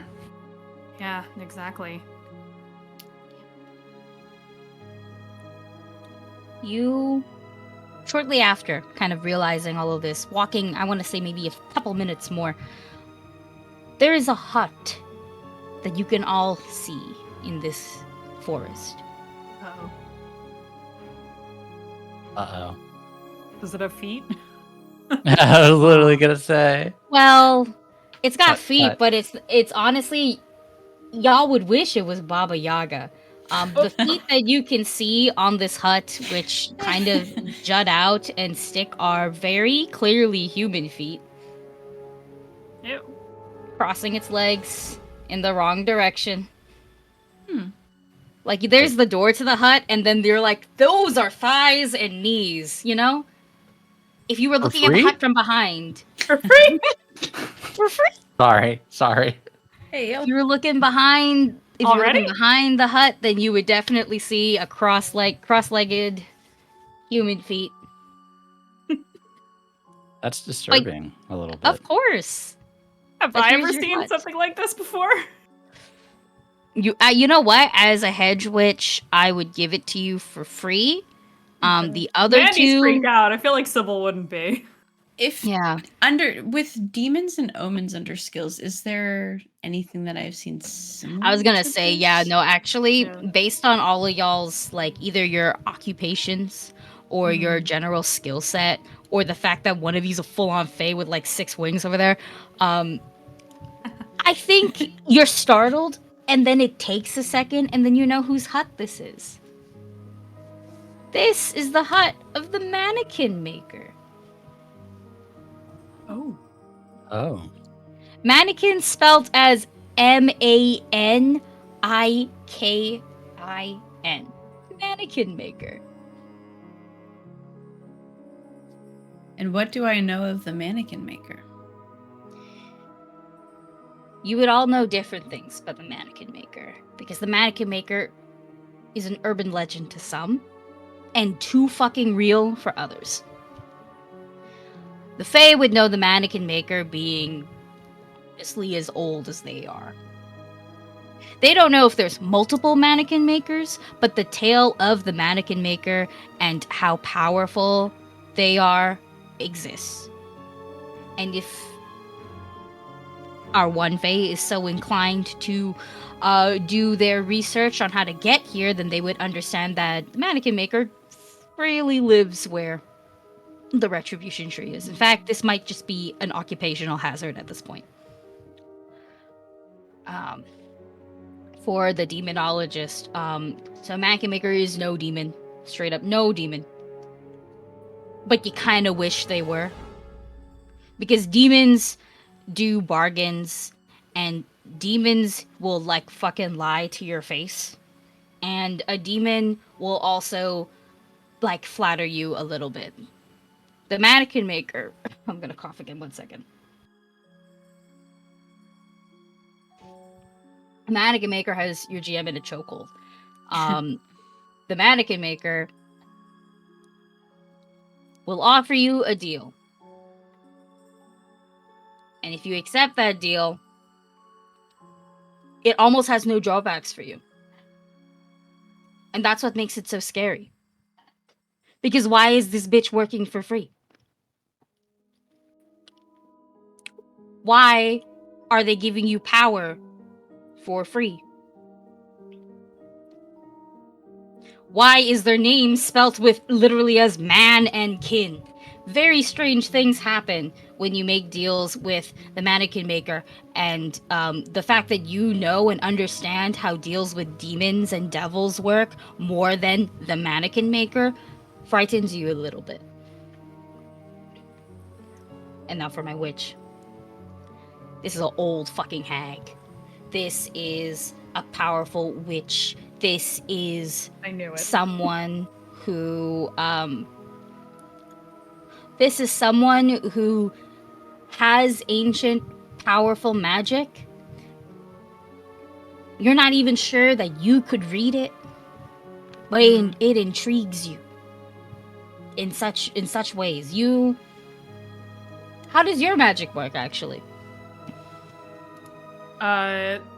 So my understanding of hedge magic as the player, but I'm gonna try to speak as the character. Is it's nature based. It's power based in self. We don't draw from the gods. We don't draw from the earth necessarily, and we don't draw from demons or anything like that. It's more of a self energy work. Mm-hmm. So while you do not understand where the mannequin maker's power draws from at all. You do understand that it is some form of creation and some form of confinement. And it is so powerful. And it is so old. And this bitch is... You've heard of the mannequin maker the same way that you've heard of Baba Yaga. You're just unsure about things like a coven. Or multiple mannequin makers, or if this is straight up an occupation, can you become a mannequin maker? Lots That's of questions. But you do know, you all do know one thing. The hut's door opens. Hey GM, do you think my roots in knowledge would compel me forward? How do you feel? I think yes. you've been pretty straightforward. You believe you can do kind of anything because you have a will. And Yeah. I mean, you're a powerful witch. I was say, Kel was going to ask anyway. Well, should we go inside? I already start walking. I don't say anything, I just walk. So I see you both are familiar with the mannequin maker. Great. You know, This is I great. admire a person that knows what they want and just goes for it. And I'm going to follow after Sybil. Belen, you're the last one there. Are you gonna follow them? I don't know if I'm going through the door. I'm walking up with them. Come on, Valen, the hag won't hurt you if you don't agree to anything. You say so. This is outside of my realm of understanding. But if You say so. Kel will I walk- answer back with a kind of a twinkle in their eye. But what if I want to say yes to something? Get in line. Valen, as you're begrudgingly following, you hear your Osto one last time, calling for you. And their voice gets fainter and fainter. And I know you said you didn't want to go inside, but you don't have much of a choice as the door opened outward and will slam shut as soon as you get within, quite literally, shoving range of it. It pushes you in. The door is closed, not locked, but if you try to get out right now, you do not have permission. Inside the hut. This is hilarious because Silent Hill 2 remake came out, and this is where it gets real fucking Silent Hilly, okay? Yes. Let's do it. Give. So the outside of the hut looked like a really nice, well-made natural hut. That's a fun thing. With a little plumes of smoke that implies like there's like some sort of like chimney type of system. Because this is probably a witch. Honestly, the mannequin maker's title is very specific, but a bitch gotta eat, so there's fire, and obviously a big pot of something. You see on the inside. It is dark. It's quite literally just lit by this fireplace, which is quite large, surprisingly large for the outside, but also you remember that the outside had its own legs, so clearly this hut has its own body. We only see what it wants us to see. Love it. It's pretty I love natural. a TARDIS in house. It's my favorite. Mhm. Sorry. Here. It's pretty natural in here.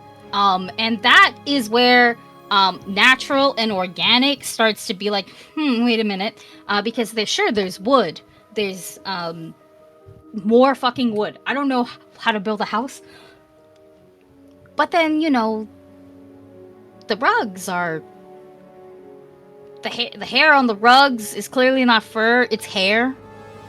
Whose hair? Who knows? The table runner.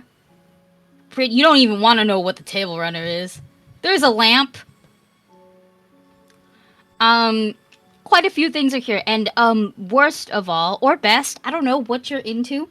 Aligned everywhere, you see your little shrub babies that you've been watching. Then you see them bigger. You see parts of mannequins, full mannequins, mannequins of various ages, sizes, species, races. God, you see a fucking dog mannequin just chilling fully out on a table. Mannequins everywhere. And by the fire sits this Mandii coded character. The mannequin maker this is also I think it's also low key a little Frank coded, but the mannequin maker is an androgynous elderly person with very, very long white to black back to white. It's like the hair is long and braided, so the braids kind of just go in and gives you this beautiful swirly coated like a swirl ice cream chocolate vanilla swirl going on. They wear very simple clothes. One hand, technically both hands, as the other hand is like fully covered, is a ball-jointed prosthetic.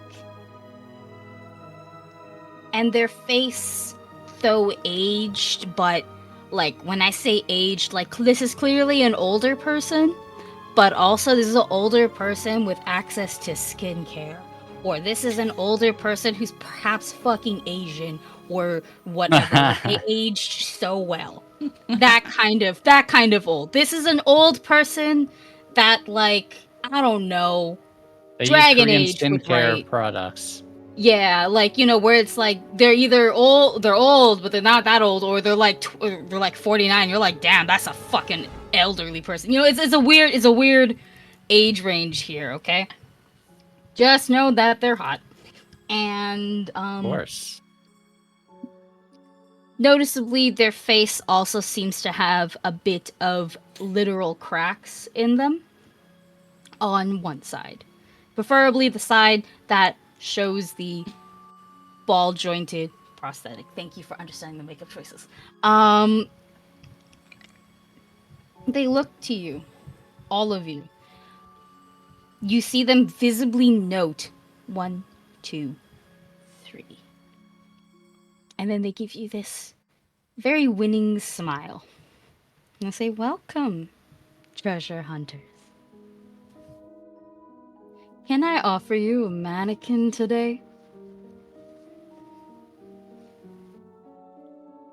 I will take a bow. No, thank you. We're just passing by. But it's great to meet you. I have a lot of respect for your work. Do you? I do. They kind of just they walk with some level of drama that only Tim Curry could have. Oh my god, And they're so their Mandy-coded. arms Stop! move up a little bit, and they move from one side of the room to the other, as if they are showing you parts of the hut you did not care to see, being all the mannequins on the ceiling.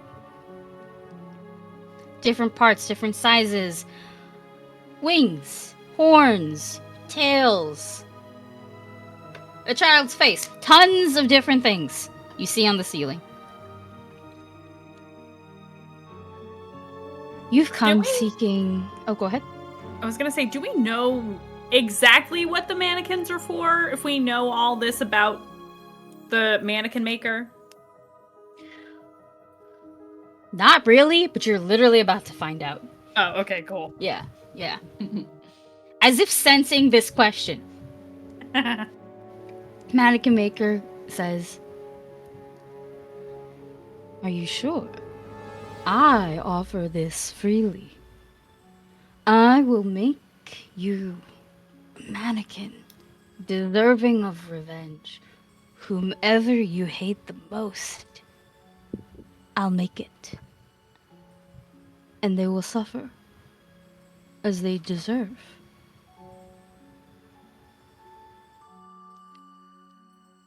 I look to my comrades and just kind of give them the eye like,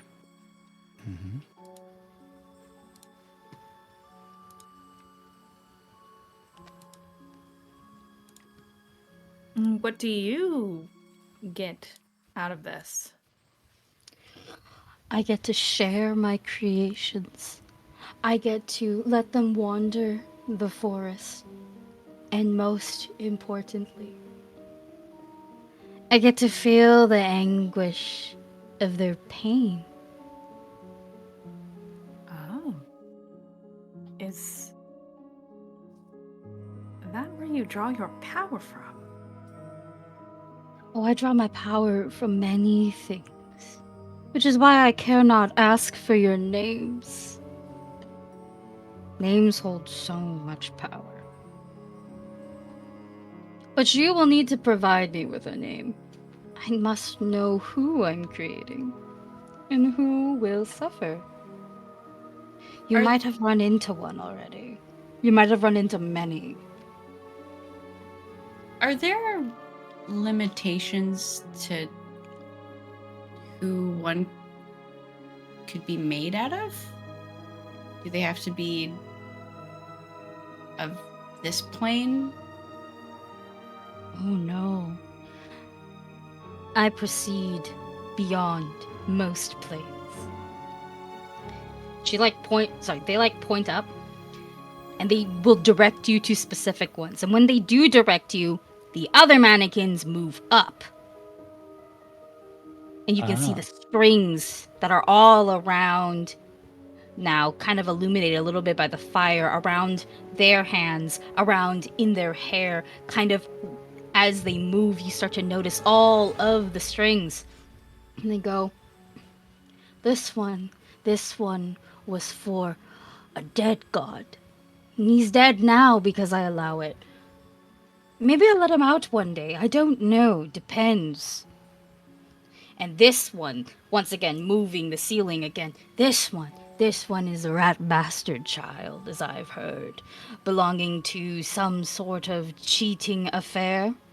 Can't let the fucking riffraff out. And this one should be a mighty king. I don't use this one too often, and it's simply because life has fucked him over enough. Took him 20 years to be reunited with his wife and child. I don't need to do that. Life got him. I'll get him later. Moved back. So when a mannequin is created, the suffering you talk about, it's at your will when you decide it? My will or the forest. It's a bit fun that way. Lets you live a life a little bit before getting fucked over. Sometimes, my favorite, that person will come into the forest, and my mannequins, they awaken when that happens. That's why I need a name. And they will go find them for you. You might have met you, and they point to Kel actually. You have met. You have met my Wicker Man. Oh, yes. Such That a was beautiful one of your work. mannequins. Yes. That one is a bit different though. But that is mine, and it is beautiful.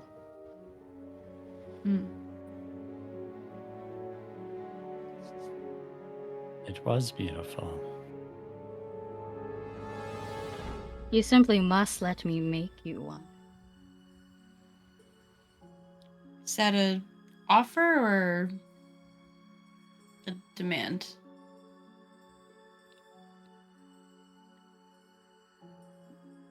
Your name is not known to me, so it's whatever you'd like for now.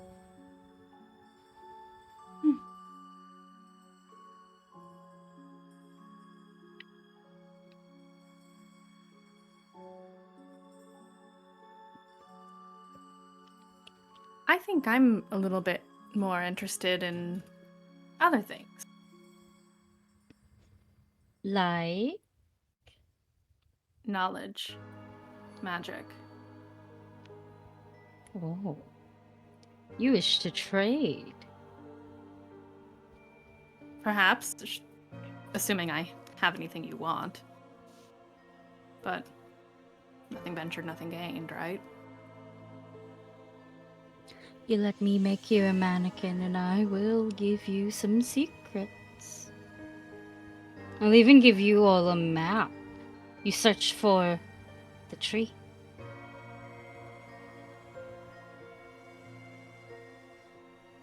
One mannequin, one map? Yes. One mannequin, one map. For you, one mannequin, knowledge. Then for you... Oh, it's going to be a little hard. What would you like from me? What would I like from them?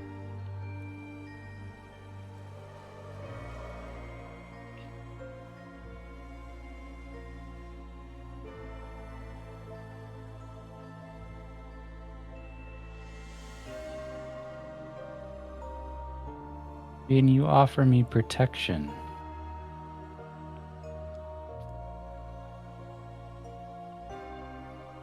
What kind of protection? Well, you see, I've done a bad thing, and I think I've perhaps angered this forest a bit.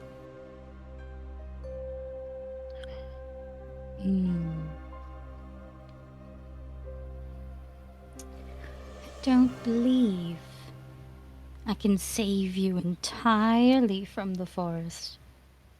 No, of course not. I would just like a head start when the clock strikes midnight on this I little could give you gambit a of head mine. start. I could give you a head start.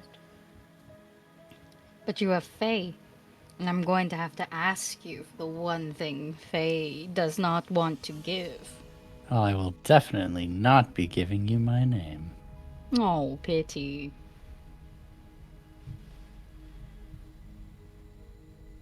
Can I have your wings?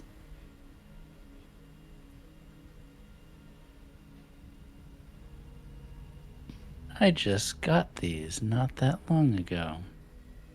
I need to have something for special protection. You don't know I do specialized fuckery.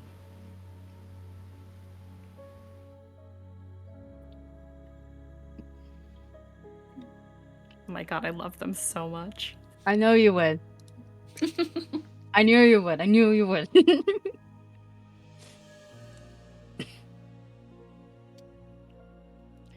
And how do I know that this is an equivalent trade? My wings are valuable. And so is my time. You are a little Fey Royal. You are not the first Fey Royal. And they look up slightly a bit. And, Cal, you see your father. And that's where we're gonna go take a break.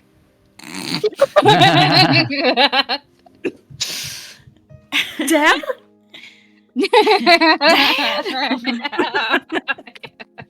Shit. I want to keep playing this bitch for as long as I can. Okay, that's all I'm gonna say. I'm here Yeah. for it. Let's go. All right, Oh, guys, boy. we're gonna go. We're gonna take a break. 10 minutes. 10 minutes 10 sounds minutes. like a good solid break. Yeah, 10 minutes. Then we're gonna come back to whatever the fuck is going on with the mannequin maker. So go get your stretchies, get some drinkies.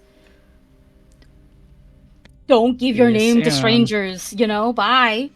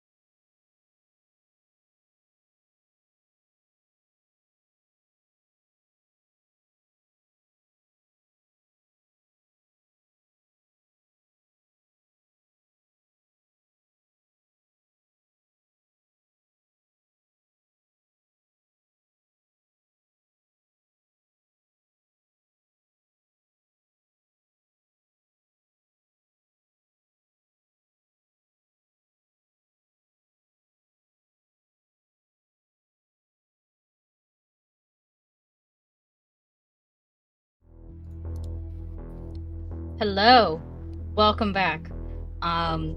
We're just gonna jump back in, and in terms of like announcements, I'm just gonna yell about it at the very end, so that way everybody else who joined in late can understand what's going on later. Now, back to the thing. Kel, you look up and you see your father, specifically a mannequin of your father, detailed quite nicely. Well, I suppose I should be angry, but it's hard to fault an artist for crafting their craft. Oh. I still won't give you my wings. Pity. Shouldn't be angry at me, though.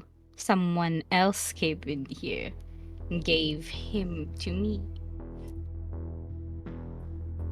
The record, it's not your father, No, but no, rather I get the that. mannequin father. Yeah, Yeah. mannequin out Yeah. him. Yeah. Yeah, okay, yeah. Just in case, double check clarifying for you, for the audience. Yep. Yep. So that way it's we got it. I'm we gonna got look it. to Sybil and I'm gonna say, I think you are much more adept to help them with their quest. I will consider, mannequin maker, what I would give up for the services you offer.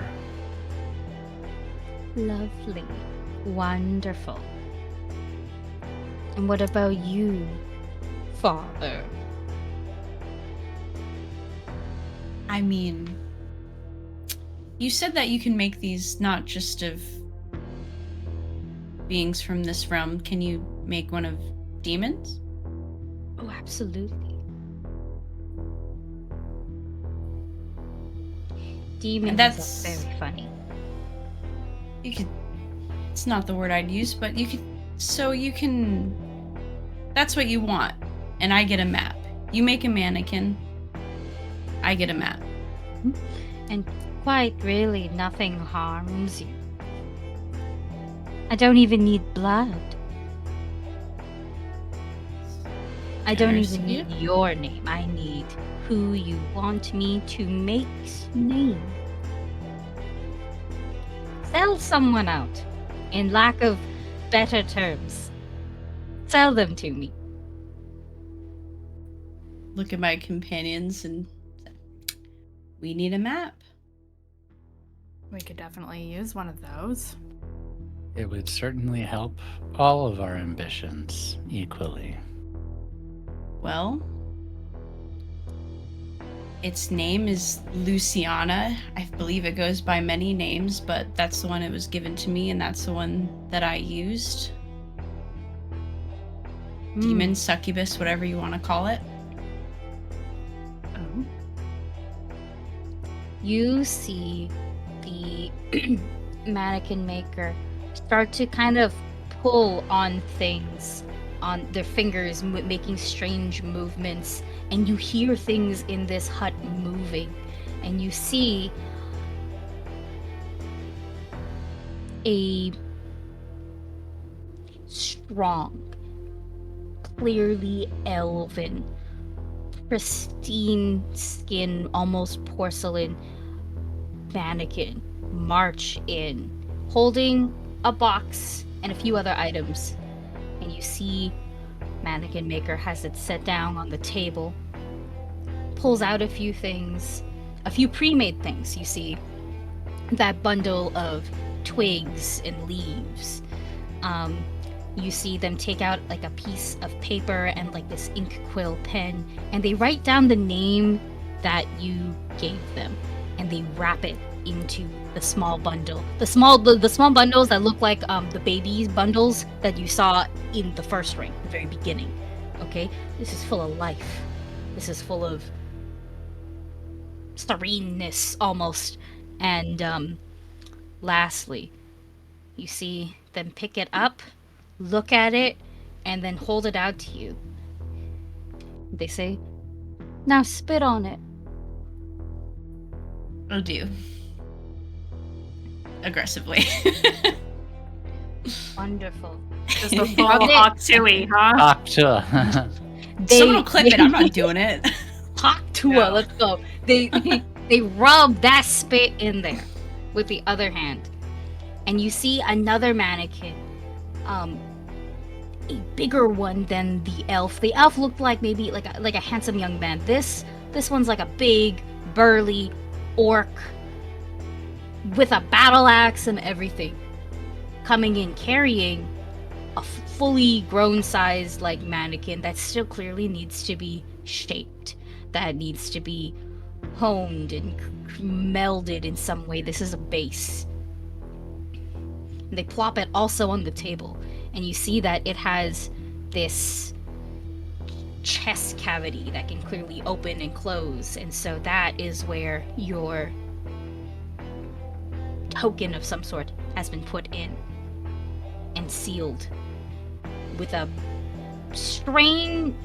The magic is strange for this next sealing, because usually you need an item, a focus, something, nature, blood, whatever. This one seems to just be willed by their hands. They just run it over and they seal it shut. It looks as if there was never a cavity in there to begin with. Your demon's name was again? I'm sorry, I'm blanking. Luciana. Luciana. Are there any specific details of Luciana? Like, kind of horns, the color of their skin, wings, no wings?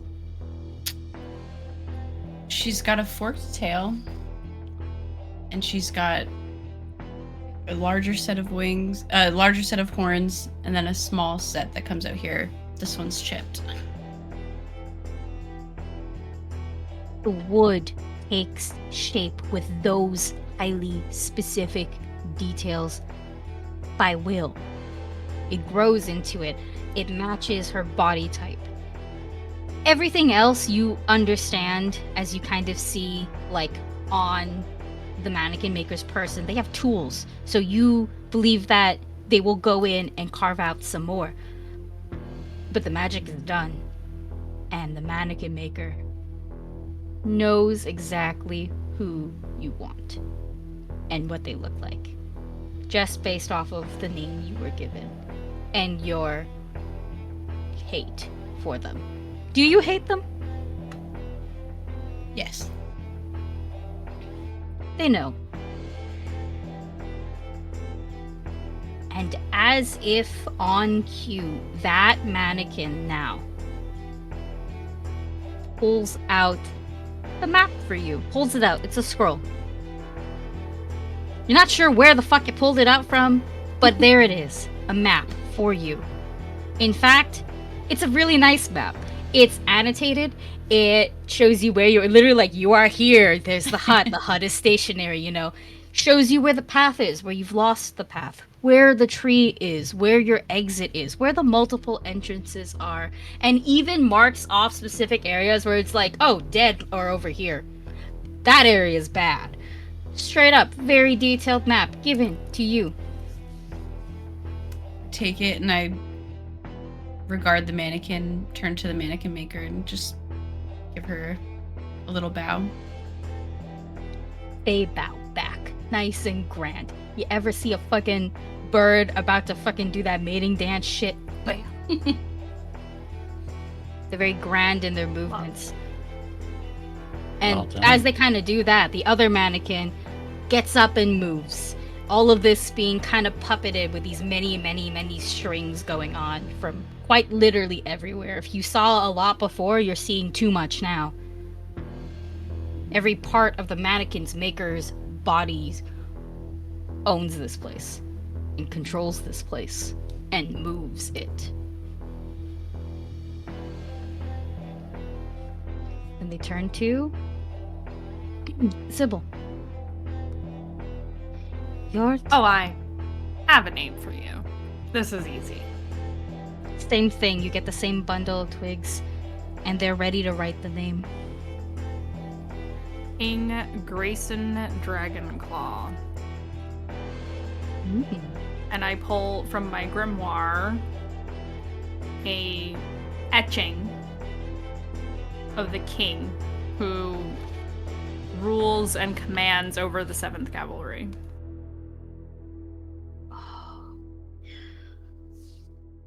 Can I have that for my mannequin? I will wave my hand over it to burn it into my mind for later use. And I will hand them the etching. They take it with the paper that they wrote the name on. They kind of layer it together. Same thing, holds the little bundle in their hands. Spit. Oh, I do. Perfect. Same thing happens, except you've given the mannequin maker a token, and your mannequin takes form immediately. There lies Grayson Dragonclaw, the king you so desperately hate, on the table. Excellent.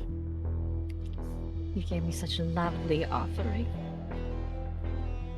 Oh, A the lovely lives offering I'm for a going to lovely ruin. offering. Now you wanted knowledge from me, I'm assuming. And they kind of gestured to everything. What exactly would you like to know? There's 3 of you, I'll give you 3. And if you live, come back. We'll have tea. I'm sure I have tea somewhere. I would like that. I want to undo what he did to me. I want my people back.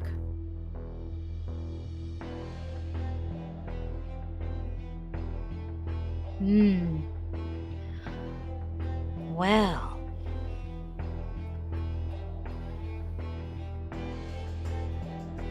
The best way to get your people back is to make more. That's the fastest way. But the most satisfying way is revenge. A hedge witch like you came in once. Gave me a beautiful tree. She gave me 1 name. No, she gave me 3. She let me make her 3. Yes, she let me make her 3. And then she lured them into the forest. And more came because they love to find their missing family. And that is how I have my collection. Revenge is very sweet. And you giving me a king. You should focus on how to make a kingdom fall. Or better, your own. Never thought of it that way. Names are powerful. Emotions are just as powerful.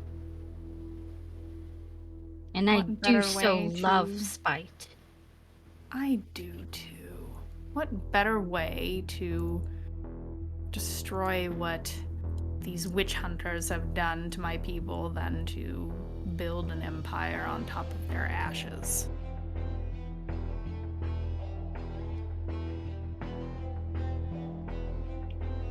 I will say this, I am a neutral party. So I cannot be blamed when witch hunters come to me for witches, but what I can do, and what you can do, is get very good at being neutral. It's very, very, very easy to never take blame for that. You came to me, and I gave you something for free. Actually, no, I tried to give you something for free and then you wanted a trade. So, you paid for it.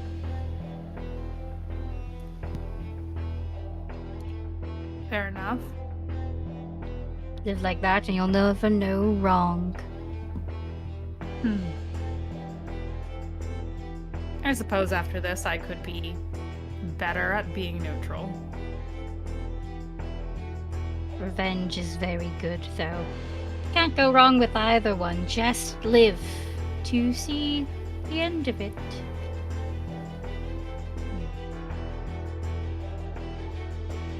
So what you're saying is it can't be undone. But I can do other things. There are ways to undo it. There are ways to undo it, but I am not proficient in those ways. I create out of what has already been given. I just make it really fucking good.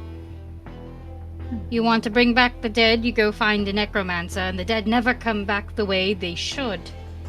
Because all necromancers are hacks. Why Want am I a to- necromancer? Exactly. You take from nature. Nature is forever. Your power is forever.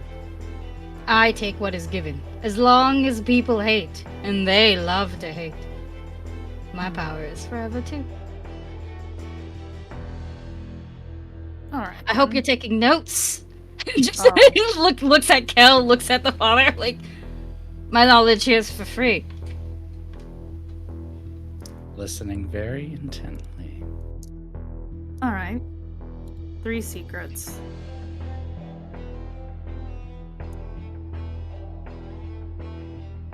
Was that 3? Was that 2? I can't count. I guess it was 2. The Yeah, first, just so expanded. to clarify, so the first is you're essentially we're hand waving, giving me the secrets to building my people back up again without Yeah. resurrecting them. Yeah, because they don't know how to resurrect them. You know, like, they don't know how to do the necromancy that you want to do. So that is more of like a civilization building kind of magic. Mhm. And the second is basically teaching me the reciprocity required to do what they do, Yeah. but in a different way. Yeah. They're kind Okay. of making, they kind of made it like, They're kind You of know- giving me the secrets of the tricks of the trade here a little bit. yeah, exactly. It's like, I can do this because I know how to do this. And it's actually simple because I get it all from the dollar store. It's like that kind of vibe. Like, I love that. yeah. They are showing you how to DIY exactly what you want. I want, for the sake of shits and giggles, I want a spell that will get me... Actually, I don't know. Do I feel like I need a spell that will get me to the retribution tree if we have a map and all these tools? I don't think you need a spell for that. Or a ritual, rather. Sorry. Okay, Mhm. I want... Can they give me a ritual, another ritual, without me taking more ruin?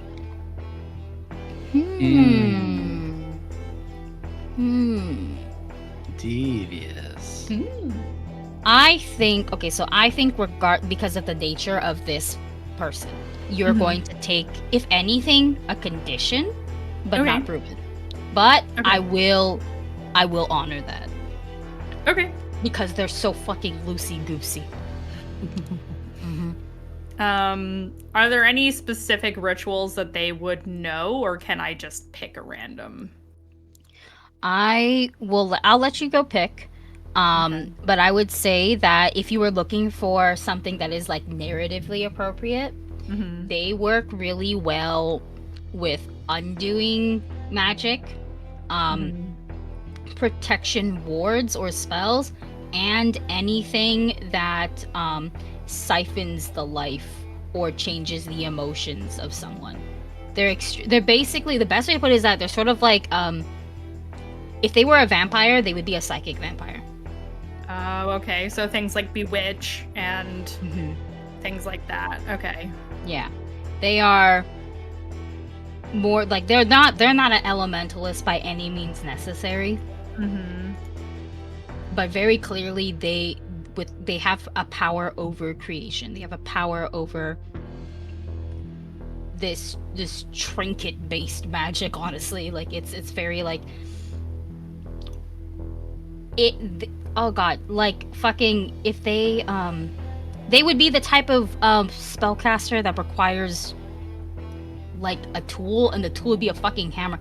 Fucking in Castlevania, the Forge Masters, very much like that, except not undead mannequins.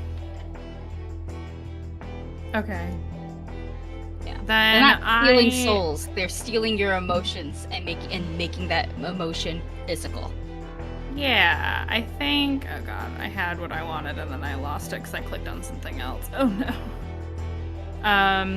I think I would like to use the. Oh my god, I can't even remember what it was called now. Shit. I already have Unravel.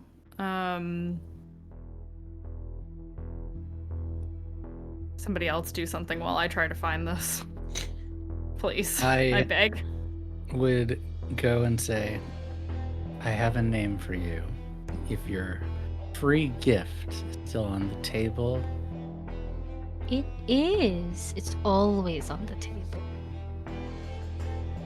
I do hate someone more than I hate anyone else, whose name has tainted my lips. I've spat, I've cursed.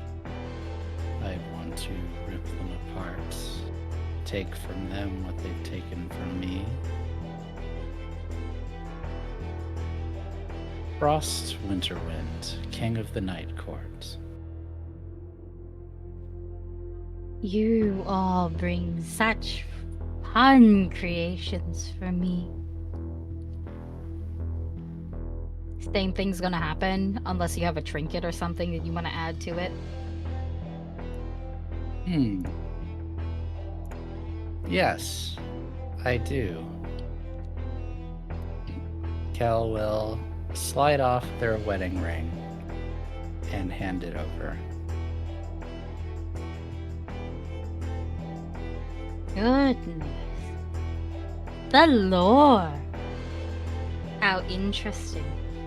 They do this one a little bit different. They seal it and stuff, and then they put the wedding ring on the mannequin as it takes shape and form. And once again, because you gave a trinket, it kind of manifests immediately a little bit. All your mannequins were naked, by the way. That's another fun thing I forgot to say. This bitch makes clothes to put on them and stuff. But boom, there it is. Sorry, what was the name? Frost Winterwind, King of the Night Court. Frost Winterwind, King of the Night Court, right there as a mannequin, a puppet to be controlled, or well, controlled.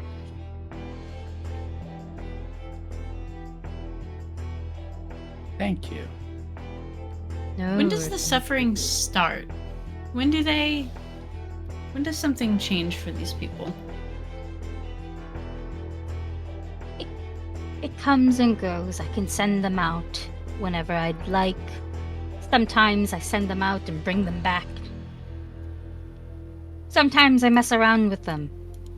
Or I suspend them. Lots of things can happen, but my favorite is when they decide to do it on their own. And as if on cue, the ceiling starts regurgitating, and out plops another fully formed mannequin. This one of a young man who looks to, when I say young man, I mean young man, 18, 19 tops. Looks to be of some peasant ilk, but it has this unique odd colored eyes.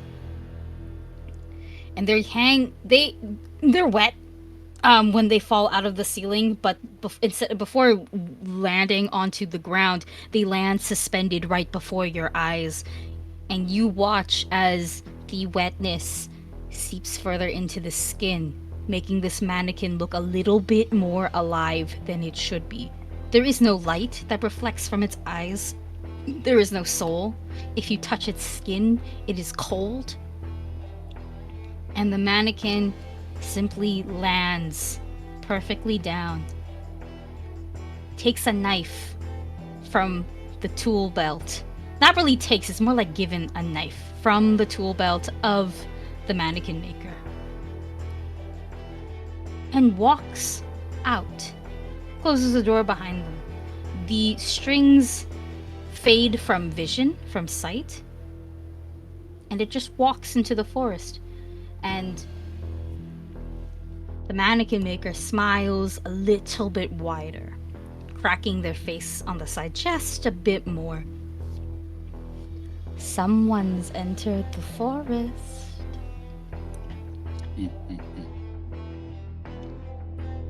Just hope that you never end up here. Once again, I'm neutral.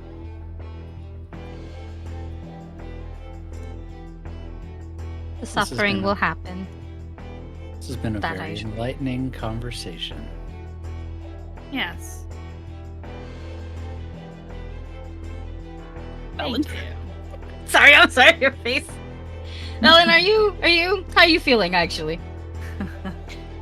Like I impulsively gave into a very base feeling of hate that I try to be above. We're a good influence on you. And Oh hey GM, what's my condition from taking this additional ritual? oh yes, thank you for reminding me. Your footsteps so- squeak every gimme- third step. No! Y'all aren't in a. If y'all were stuck in a house, I'd be giving you conditions like that. Okay. Just roll 2d6. Doesn't matter what color they are. It's just so that way I can find it on the chart. Sure. Mhm. Roll. Okay, it doesn't matter what they are. I'll just Doesn't roll matter two what they are. Light die. Roll. 2 and 2. 2 and 2. Ooh, this is such a good one for you. Don't like And that. I'll also post it so that way you have the full term I don't. in chat. You take this ritual that is given to you. You feel power. Very odd, very strange feeling of power. It's something that you're not used to because this is not what you practice at all. This is not what you grew up with. This is not what you're familiar with. But it is raw. Yeah. Do you ever get so fucking mad that sometimes you cry? Yeah. You feel like that right now because of how raw this power feels. And you get the ritual that you chose, which is Bewitch, correct? Yep. And in return, metal and stone feel strange and unpleasant to you. Your hands crave the feeling of wood and plants. You are now more intertwined with nature than anything. But just as a condition, just be like, I don't know, anti-metal and stone. Okay. Yeah. I would say this hut is not making you feel grossed out or anything because I did mention that it was organic and natural in gross ways. But you get the feeling that, you know, if you were ever perhaps stuck in a cave. Oh god. Yeah, Just the thought. The thought. The idea of wearing metal jewelry. It doesn't sit well with you. In fact, holding coins. What a terrible form of fucking currency, actually. Truly. The crown of a king. Ew. Oh, God. If you hated it before, you hate it now. It makes you feel disgusting. Or disgusted, I should say. If it was on you, then you would feel disgusting. But yeah.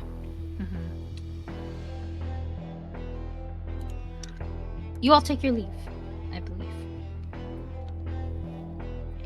I How do tell you the mannequin feel? maker that I'll be back for tea as we leave. When you leave, they straight up say, I hope you all live. Me If you don't, I'll take good care of you when you're gone. Door closes. How do you all feel? after beating, for a lack of better terms, Spite Incarnate. I love it. I feel great. I feel great. I don't. I This is feel the best so day alive ever. right now. Yeah. I would like everyone, before we move on to the next stream, to make a ruin roll. Why? Uh-oh. Because, well, specifically for Vela, you said you don't feel good because you gave in to something that you specifically don't want to, and I think that would have disturbed you because of how easily you did it. Actually, you did it first. I did. Sure, it gave you a map, but was a map worth heavily implied eternal literal damnation? Because the Manic Maker doesn't kill you. Manic Maker makes you suffer a lot. Yeah, I'm wrestling with back and forth with Mhm. not wanting to give in to base emotions like hate, but I already figured that I am probably eternally damned, and Mhm. she just gets to kind of go on her merry way and do whatever she wants. And I feel like being around these two, I just started getting a little sense of justice. Yeah. Want to enact Either my own justice. either way, it's moved you very emotionally, I would say. And so that's why you require a ruin roll. The other two, very similarly, you've been moved, if not edged on, quite a bit. As if you feel perhaps validated. But Kel, you also saw your father. Someone has put your father here. That was a You little understand disturbing. you understand perhaps the gravity of the situation that anyone could put you here. So it's Yeah. You've one light, also one dark. placed one. No, a ruin roll will just be dark. Right. Yeah.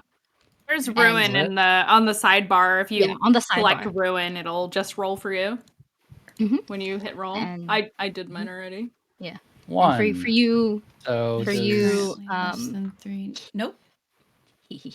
for you, Mandy, the reason why I'm making you roll ruin is despite getting a lot of validation stuff like that, your first question was essentially shut down. Mm-hmm. Yep. You were given other ways. So it's not like your goals are completely shot. But Mhm. perhaps what you wanted feels a little bit more out of reach than it has ever. Yeah. Someone so powerful basically told you, no, fuck you. Well, not really, fuck you. Fuck that idea. Your idea is dumb. Right. My Yeah, ideas she are kind better. of rebuffed you a bit. And perhaps just knowing that someone so powerful cannot help you shakes you a little bit. Mm. How do ruin rolls work? They are one dark die. Based on the number you got, is that dark die higher than your current ruin? This is a yes or no question. No. I think it's no for all of us because we rolled no real for all low, of which you. is great. Yep. Yep. And because it's no, you are all unaffected. You sit on this, it bothers you. You are acknowledging it, and then you are simply moving the fuck on. It happened. Dad wasn't strong enough. That wasn't strong enough. You got justice in the end, but you had to get a little dirty for it. Who cares? No one was helping you before. And alright, this is one person telling you that they can't do it. And even then, they gave you something cooler. Is it really a loss? You all move on. And following a map now. And following a map now, and We thanks sure Yeah, to we've got a GPS to take us through the. you do. You do, No. and thanks to that map, it gets you back on track, actually. Heck yeah. In fact, this hut you realize is in a very cool area. It lies in the center of the map, but a little bit off to the side. When I say off to the side, I mean you're in the center point, as in you're close, you're halfway to your destination. But where the hut lies, it's very strategic. If you're lost, you will find them. if you're on the correct path, you will find them. They were inevitable, Um, and they are also away from the major dangers. You understand that if you continued on the path that you had chosen, some of the more undesirables of the forests have been marked in those areas. Once again, they have stated that they are neutral, and while they control their mannequins, do they really? It's a fun little thing to think about as you think about how great of a deal you guys got. This map is pretty dope. very Players, good deal. we're on Think ring that's a 4. worthwhile visit. Oh, Mm-hmm. And and chat, we're in trouble. The narrow path peters out. Narrow path that you're put back on, as in it was the original path, I should say, that you were taking. Peters out and at the foot of a steep incline, specifically. Incline? Incline. Yeah, who cares? The trees that grow out of this slope are gnarled and bent, yet old and tenacious. They cling to the earth with tough, thick roots. It is possible to climb to the top. It's not easy. The mannequins in the trees, as you now know they are mannequins, are so lifelike and many in numbers. There are more mannequins in the trees than there are leaves. Oh, Most appear quite quiet and sleeping. Some sleep peacefully, some sleep as one would if you had your own king size bed to yourself. Starfish. But some murmur insistently. And occasionally you hear nothing but screaming from some.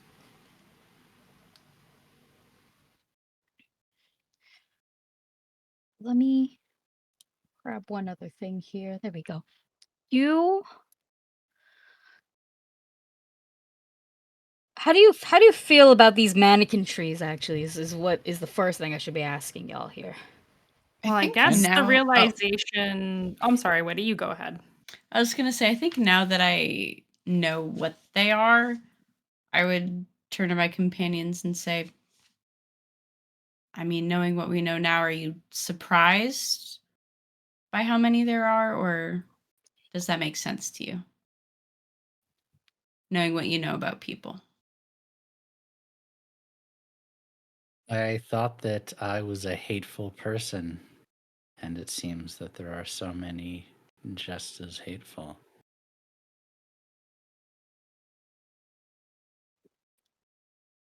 The mannequin maker spoke truth. Just like nature, emotion, hatred, endless. I do think it's a bit impressive, if I'm totally honest. But that doesn't mean that these are ones that have been given. Possible that they are ones that were left.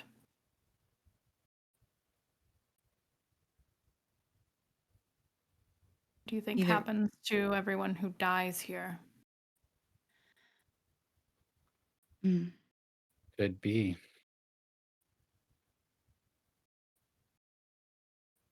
Or perhaps Better vessel those, for hatred than the dead.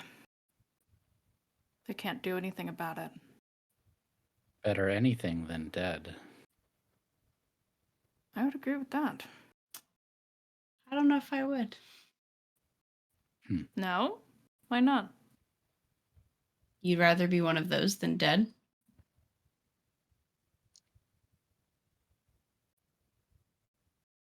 Hmm.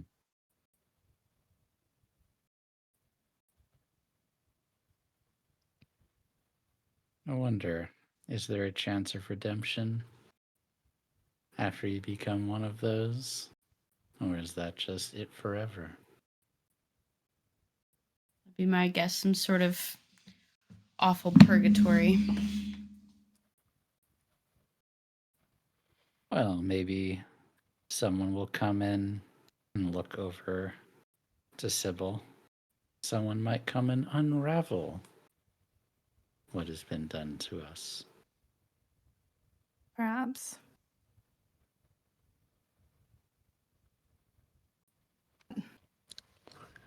There As are you- far too many lives here to unravel. So funny you mentioned that. As you continue on, the screaming and the shouting start to get a little overwhelming.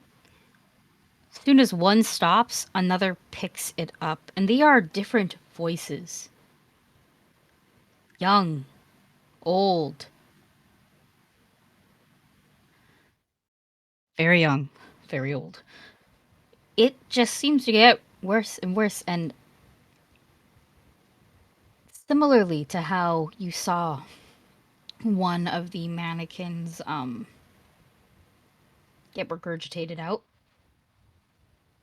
the trees start to drop, some as well. And you each recognize one of them. Oh boy.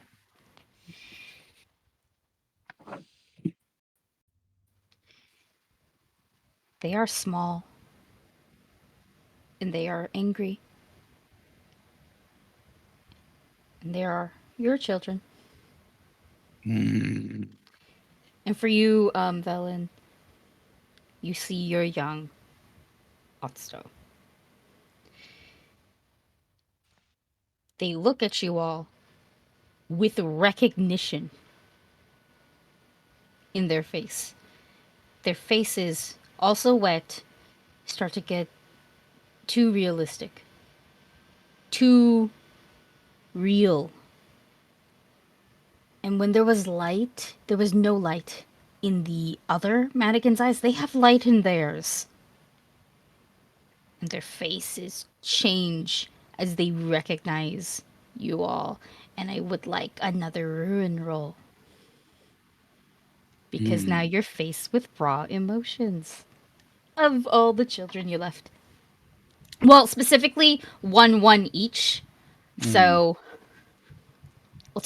I'll let you guys pick. I'll let the multiple kids pick. Did not go up. Did not go up. So if I have 4 ruin and I rolled a 4, what does that mean? Do I gain a ruin? I did the same. Said if it's less than 4. Yeah, So I think it does not go up if it's specifically equal. does not. No, it doesn't. It Okay. specifically states if the dark die is higher than your current ruin level. So Gotcha. Okay. in this case, meets it will not beat it. Oh, But that also, doesn't, Witty, your starting ruin says 4, but it should be 3. I'm just changing it so that Oh, my starting ruin. Wait, is this based off our starting ruin or our No, current no, no, ruin? no. I was No, just it's- adjusting your thank starting you. ruin just because I Thank you. saw. Adjust away. Do whatever you want there. hmm I don't want you to get screwed over in a bit when No, I we're appreciate going to it. be at 5 ruin trying to help the forest kill each other. Sorry, you guys are gonna hear dog tail thwacking because he's wagging his tail in his sleep. Don't hear it. Discord doing its job. I want to hear it. It's so cute. It would be like a vibe because there is yelling going on. No. But you you are GM, I would, as I'm feeling this raw emotion, I don't know if this would be a risky roll or not, but I would like to use my illusion skill to try to determine if this is real or if this is something that is either being an illusion or being projected into my head. in this case, because of what ring you are in, every roll you make is now risky. Ah. Because these creatures can kill you. So, yes, it would be a risk roll to determine that, as in this case, you're feeling a little too much. Okay. And what It's- would aid at this point entail? Because I have trickery, so if I could aid somehow. Yes. So I will still do this. a help roll basically would require you to roll whoever's helping to roll the light die, and if you get a light die that matches any of the dark die that whoever you're helping is rolling, in this case Frank, you will then take a ruin. But if it doesn't, And- nothing happens. Yeah, if it doesn't, nothing happens, and the player can do a re-roll, basically, as well. Yeah. That, or they can take your number on the light die. So if you rolled like a 1, for example, and everything's okay, they could re-roll if they wanted to. Okay. I just rolled my Or they my could help get- one. Okay, I'm rolling mine. Mm-hmm. Whoops. Okay, that looks like a success with no ruin, or a partial success with no ruin. Yeah. Yeah, and nothing matches, so you guys are fine. You guys are actually fine. Tell me, GM, is this real, or is this being projected to me? Someone messing Is with this me. the real life? Sorry. It surely is something. You are aware that these are mannequins. These are mannequins with power. What you're not seeing, though, are strings. And you know that the mannequin maker, everything they made had strings. Strings, right. Strings that were still attached, strings that could stretch as far as the eye could see and beyond that. These ones had strings. They are snipped. And sort of like as you were pondering before what these mannequin trees could be, you're beginning to realize that perhaps once a mannequin is done its purpose, the forest gets to keep it. The forest claims the mannequins. And so this is simply, perhaps, this is an illusion. It's a really fucking good one. I'm going to say, I don't think this is real. I don't think they're here. I don't see how they could be and together, and it's too much. I think you're right. I think the force is trying to have us emotional. It's fucking with us. How would you know that? One of your kids speaks in their... How old are your kids, actually, Kel? This is very important for me because you know I can do a baby voice. Uh, No. I would say they're 8 and 11. The 11-year-old will speak then because the 11-year-old's going to have a lot of sass. How would you know that? You You're left. not.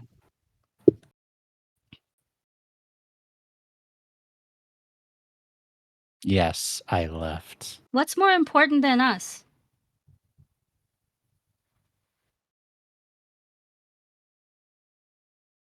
Anger and sadness, just you wouldn't understand. I don't want you to come back. Don't say that. I don't miss you.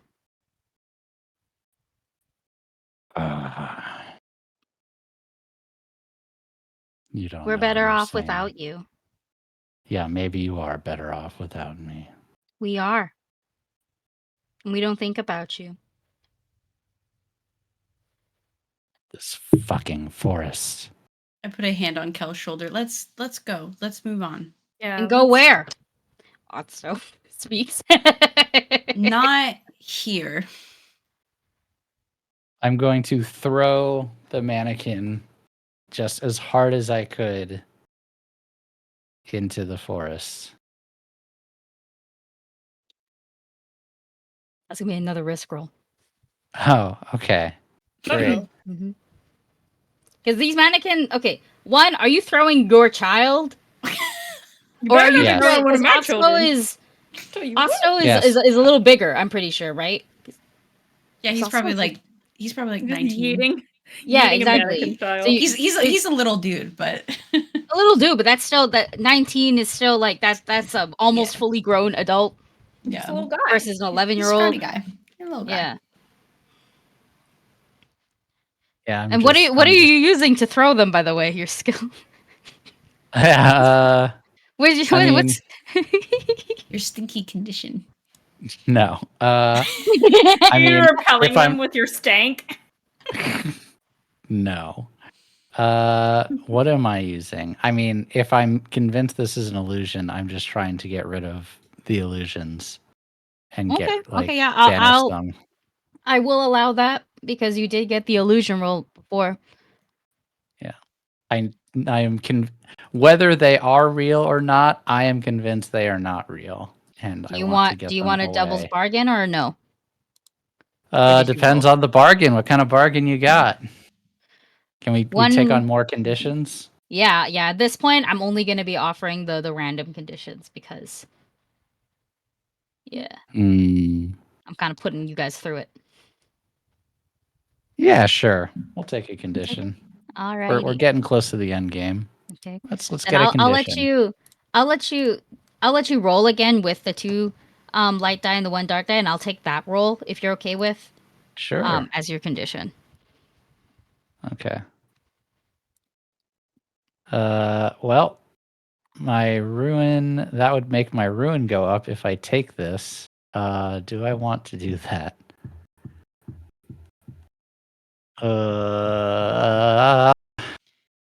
Extra stinky, extra stinky.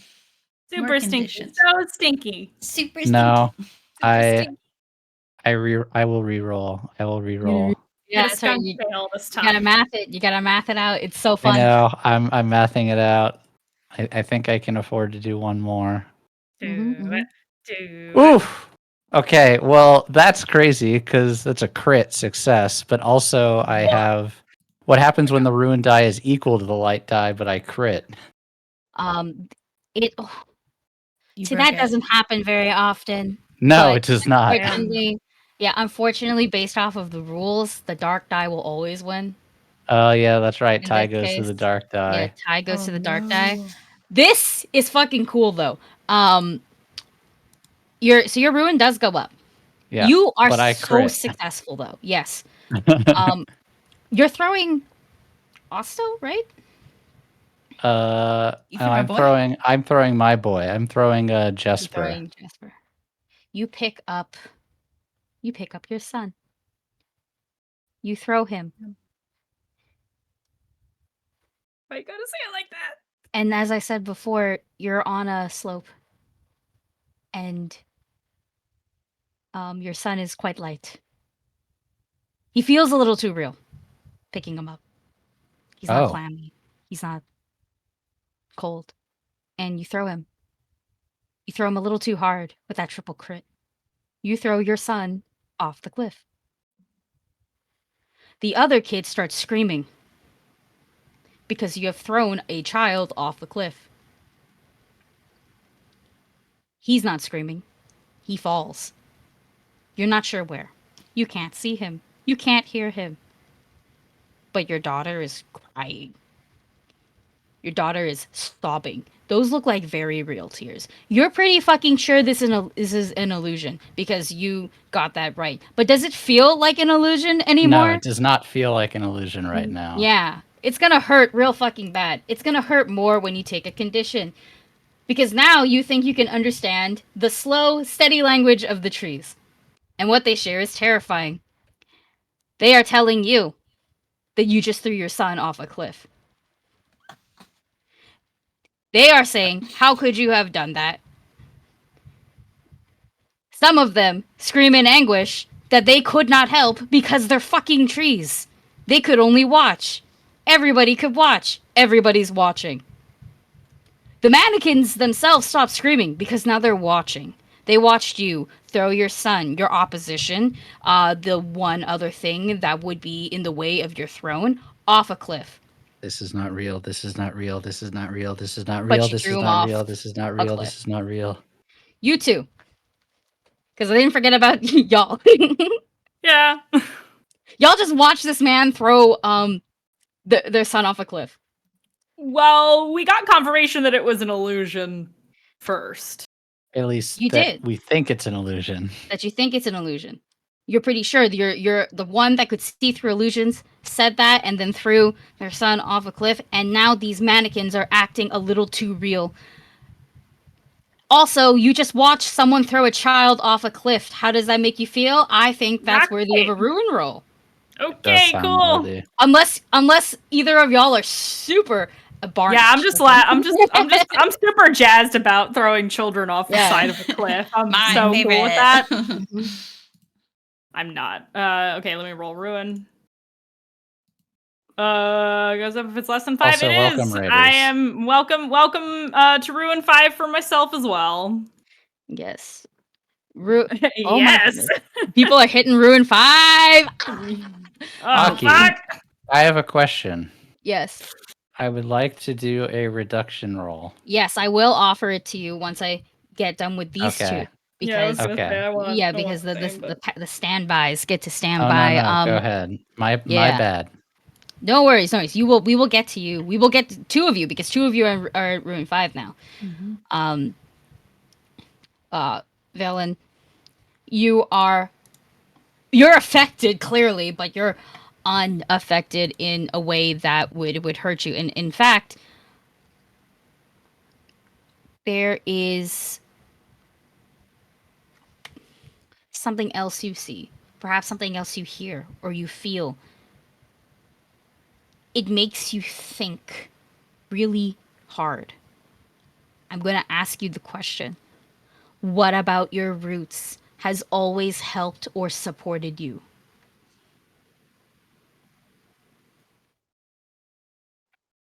I think knowing that I only have so much control over my fate, which at sometimes has been incredibly grim to me, but has other times been the thing that keeps me going, where I can control the things directly in front of me, but most of it has already been decided for me. The idea of just honestly living without, hilariously, with no strings attached. And if there were strings attached, it doesn't necessarily bother you anymore because at the end of the day, you're not the guy who threw his son off a cliff. And everything you've done so far kind of clicks for you, kind of strengthens you, fortifies you in this moment. That if anything, you're not as bad as these people. You're not here for something crazy greedy. Life has fucked you over, and then you fucked over the person who fucked you over. If anything, you're even. God or not. And you didn't throw no kids off a cliff. I cannot stress that enough. Never once. Never once. You want to make an omelet, you gotta break some eggs. Stop that right now. Kids off the cliff. Mandii, please roll just 2d6 again for your condition because you will get one. You got it. Wait, why am I getting a condition now? Oh, because I have 5. Right. Yeah. Kind of want one. Kind of want. I feel like that. I'll give you mine. You can have mine. I don't want one. Yeah, I told you the conditions were fun. I know they're fun. I rolled a 5. Right. I only count the big one, a 3 and a 5. 3 and a 5? No, that's fine. It's Okay. table. Ooh. Okay, I don't like that one too much. 1 second. It makes no sense. That's the downside of the randomizers. That's the downside. Yeah, it's like if you got this earlier, it makes sense. Where we are right now, not really. I can't really go off of it besides making you feel gross. Thank you. You have watched this happen. Your kids are freaking out, and then they look at you in complete fear, thinking that it's gonna happen to them next. Their fear on their faces, their real faces, hits you because I don't think you would ever harm your kids, No, not at especially all. not to get this true raw fear, that raw power you felt No. before. This hurts more or feels more. It's different. Also, Mhm. there's three of them, and that hurts you. You clutch your chest and you feel your limbs lengthen. Your arms, your legs, your fingers, and your toes, everything gets longer and spindlier now. You do still feel connected to the trees and the woods and the plants. You're a little bit taller now. Am I a fucking dryad, dude? You might be. Oh You're shit! certainly turning into one. Oh fuck. Okay. I mean, you kind of wanted it.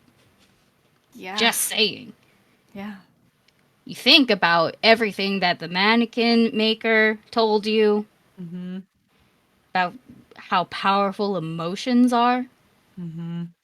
where you get your power from, you know it's nature. Things are not feeling correct. Think there could never be you feel some type of way, but at Yeah. least if you were to connect the dots, they're connecting. Yeah. Things that the mannequin maker has said to you, they made sense before, maybe. They Mhm. definitely do now. Shit is changing. And now, I think it's very appropriate to enter the fifth ring. Despite you not being at the tree yet, I'm going to say whatever. We're not going to be in the tree. We're not doing our contested role just yet. We are simply in the area where it's very dangerous right now. Amidst all of this chaos, my two ruin fivers, you feel the forest offer you something. From this cliff, you can see exactly where the retribution tree is. You see it in all its glory. In fact, I might narrate a little bit for you. Actually, no, I can't narrate for you. You would see the top of it, but you see specifically there's the tree is decorated with like woven bones and branches. It looks like a giant altar to a giant grave. You see exactly where it is. You know where it is. You're on the correct path. However, things have just happened.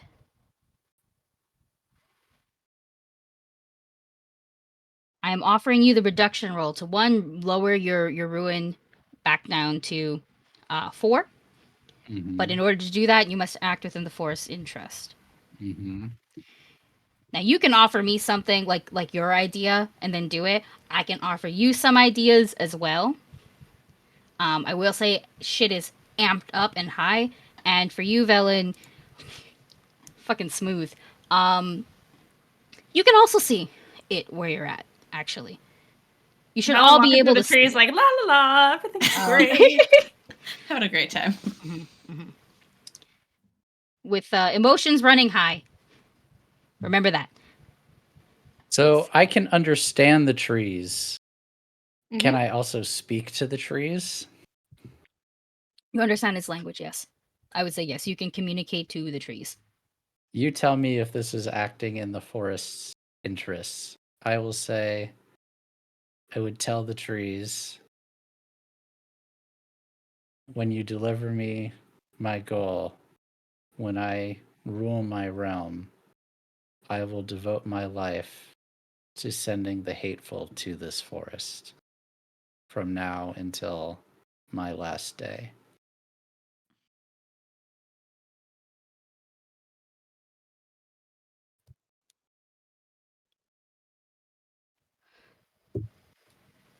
I would say yes, that's acting within its. That is striking a bargain, actually, with the forest. And if Yes. anything, the forest will fucking note that. We're gonna remember this. Yes. In terms of acting in its interest right now, though, Okay. right? That's where it's like, well, Okay. But I something do like more that, and I'm immediate. gonna keep that as something more immediate. I do like that, so we can keep that as like something you've said, and then the forest straight up goes immediate, please. We like this. Pin it. Hey GM, can I understand Mm-hmm. what's being said since I'm turning into a dryad? I would say you're not completely a tree yet, Not or yet. Okay. completely not yet. If you had like one more condition, I would have given that to you. In this case, though, That you are a sounds part. Yeah, you are a part of the feeling though of the trees. Some suggestions could be. Yes, give some suggestions, Mhm. GM. Some suggestions could be. You could go after your son, who has been thrown off. That would be acting in the forest's interest, since your son belongs to the forest. Or well, I keep saying your son, but let's. The Who knows if mannequin that's your son. son? Yeah. Either way, that belonged to the forest. You could go retrieve it. And the fastest way, my winged friend, is to jump and leave your other fuckers behind because you'd be closer. For for Sybil, it's a lot of things you could do because you have these two over here. You could straight up grab Velen and book it. That's one thing you could do. You guys have rituals to cast. You have other things you can do. You can kind of like this is where the force is gonna let you do a lot of things. You can kind of defy physics and stuff here. And you can choose to do that with other people or against other people. So if you just want to be like, fuck these hoes and go to the tree yourself and be like, you can have them, and you dip, that is one thing you could do.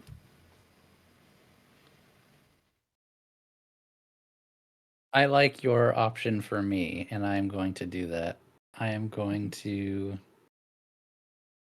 jump and fly down. Your reduction roll is basically so you've declared your intentions. Um, you then need to roll a light die. And if your light die is less than your current ruin, your betrayal goes completely unnoticed and you will remove one. If not, you get to make a choice. Okay. It is less. Is less. You can So take one away because so you can go down to 4. okay. And whether y'all saw whether y'all saw Kel jump and stuff like that, you don't know. You just know that you see the tree and Kel's going to the tree and that feels normal. You don't get the sense of like, oh, they're leaving us here to die or anything like that. You can be a little upset because you don't have wings or something, but like at the same time, jump. You know, just it's one of those like, oh, this makes sense kind of vibe for them. They have wings. Of course, they're gonna fly there. is this so we wait, so it feels normal to us Mm-hmm. that Kel is doing this. Like they're flying Yeah, after their child. they're flying after their child that they just threw off.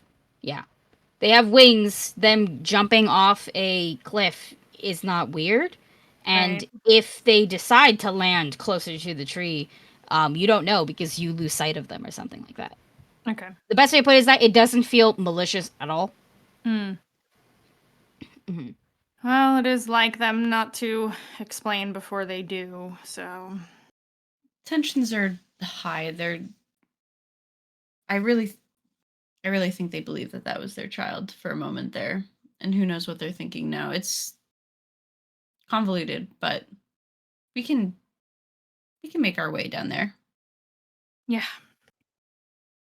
Sooner we get out of I, this I place, say the as you better. notice that I have gotten taller and more spindly. Huh. Sounds like I don't know if that's rude to comment on. Yeah, Who's to admittedly, say? I think Sybil's too distracted by this new state of being to care too terribly much about whatever the fuck Kel's doing. Mm-hmm. You do have your yeah, reduction roll to make if you want yeah, I to. was gonna say I do. I also want to do a thing. Mhm. Okay. Do you have any suggestions for me, GM? Do I get a sense of what the Yes. forest wants from me? Oh boy, what a question.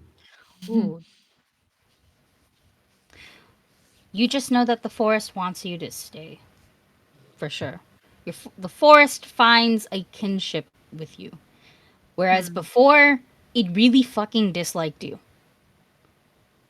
It now Hmm. feels a sense of, okay, Your family. kind of like you. But just you. Okay. Everyone else might feel like a pest. You all were pests. That's another thing. Like you were Mm-hmm. pests. You were something to be rid of, Mm-hmm. something to feast on. Mm-hmm. So now you kind of understand that. You were not welcomed before. You might be welcomed now. Mm. Okay. hmm In terms of what you could do, Yeah, I was gonna say. do you want to focus on getting to the tree, or would you like to perhaps fuck up Kel?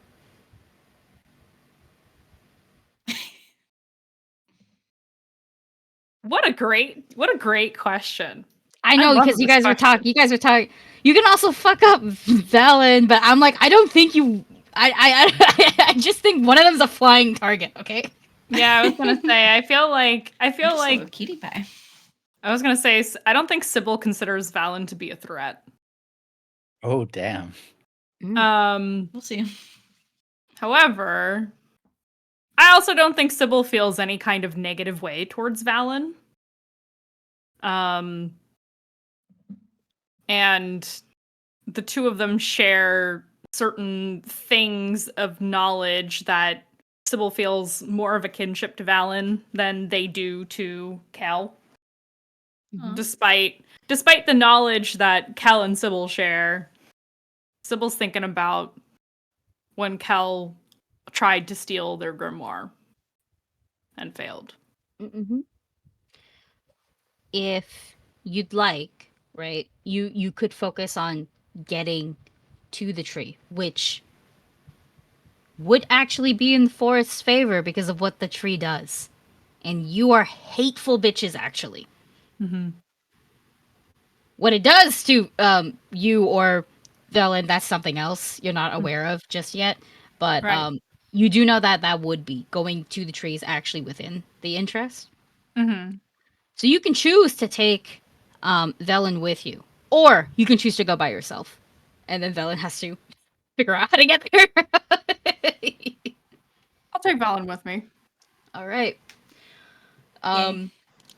You still need to make the reduction roll, which is just a light die, and Yeah. same rules apply. Dokie. Just a little guy. Reduction roll. I got a 4. And that's less than your current ruin, so you get Correct. to mark one back down to 4. Oh, And thank goodness. unless Velen is super like, I'm not about this, you can take them easy. And when you act within the forest interests, the forest sometimes lets you do things like defy gravity and the laws of physics and perhaps living in dead. So, how do you get all the way to the tree from your cliff? Go nuts. While carrying Velen. Can you scoop me up? Well, now that Well- I'm tall and spindly and turning into a Yay. tree, I don't know how tall and spindly I am actually.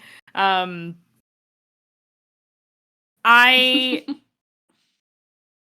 Can I use entangle as a way to quickly get down? Yeah. I would say I can flavor cause text wise, yeah, like yeah. you're like That's I long, can cool, I use like I it. can spindly. use like plants and roots that are sticking out of the cliff sides and Yeah, anything there's like tons of that them. to Mhm. basically aid us down, and then when we run out of that, we'll probably be close enough to trees that I can make the tree grow to catch us. Yeah, Okay, cool. absolutely, yeah. You What do I find need to roll for it? Do I need to roll anything for entangle since it's a I'm ritual? I'm gonna say not in this case because Yeah, because I'm it's a turning it part into of a tree. Fuck yeah! yeah. That and you're not using it. You're not using entangle for its Not using purpose it of against someone. yeah. You're No. using in this case. It's like it's perfect narrative flavor text for me. Okay, In my opinion, yeah. perfect. Yeah, And then that's exactly what I'll do. you grab a hoe, perhaps the That's father me. of hoes. Yeah, exactly. Yep. The You hoe father, if you will. you do Thank this. You you. go. And for you, Kel, Yeah, father uppies. Mm-hmm. this also doesn't I love that. this also doesn't like spark any maliciousness Oh, from they're you. just coming down the cliff. Yeah. They don't have wings. They got to figure out their own way. Mm-hmm. Very normal. Um you will get your kid. I'm not going to make you roll for that. Okay. What I am going to do though is push you all towards the tree. You're going to Yeah. arrive there. And lastly, Ellen, how do you feel right now? Well, you watched all of this. You are now being hot potatoed. Um, you, the trees, they Hey, don't whoa! speak to you at all. I'm being gentle about it. You're being as gentle as being made out of bark can be. Okay, wow. But like, it's how are you feeling right? A lot of shit happened, and also technically, you are leaving behind the rest of the kids. I think passing that rune check, like I think I am steadfast in my belief that they're not real, that they're a horrible illusion. So I'm feeling actually a bit of relief to get away from them. But being scooped up and noticing Sybil's changing appearance, I am put off by it, but I'm also very cognizant of that I do not understand witchcraft. So I'm like, oh, this is forest witchcraft that I okay, didn't understand really what was like how the mannequin maker works. You guys had a similar interest. I'm okay. This is witchcraft. This is positive. This is good. Like I'm feeling like the tension ramping up, but I'm like, that's what happens when you're getting towards what you want. This is okay. Everything's fine. Everything sure is dandy. Just pushing that Osto image out of my mind. Mm-hmm. Yeah, you get to still be steadfast. I would say. Lots of shit's happening. Whatever happens, you reach the tree. The tree is so you were higher than the tree before. Now that you are down on the ground, it's kind of on an incline of a hill type of thing going on. Um Oh yeah, actually we are over time. How are we feeling? I think I should take max 30 minutes more. Max. I'm okay for 30 minutes. I'm okay. Mhm. I'm the Okay. West Coaster. Delicious, delicious, delicious. TD also good. I'm going to assume stop the stream if you're not good. Voice of Don't God. do that, Beaton. I'm Drop good. the No, mic. he Yeah, said good. He He's good. He You said said he's good. good. said he good. Yeah, yeah. Thank you, mini god. Me All right. God. So yeah, this one's up on a hill. So you're once again kind of going up. But when you reach here, you realize that it is eerily quiet. There are no birds. There is no wind. There is no murmuring bundles. None of that stuff.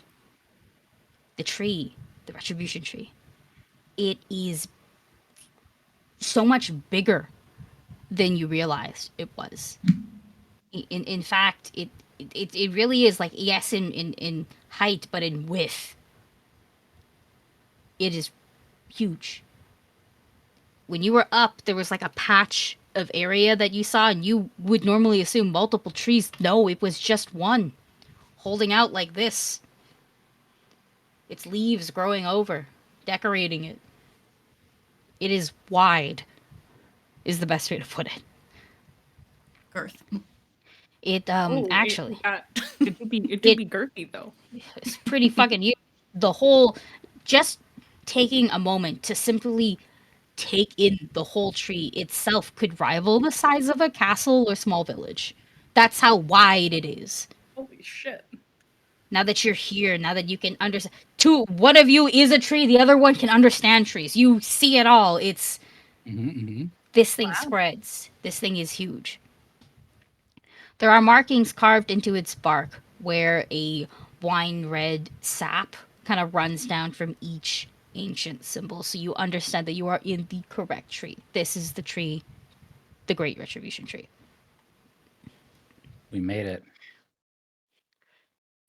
Acorns are pulsing from its branches, which is a little gross and weird. But there is one that is close to the ground while the others are like very high up. You feel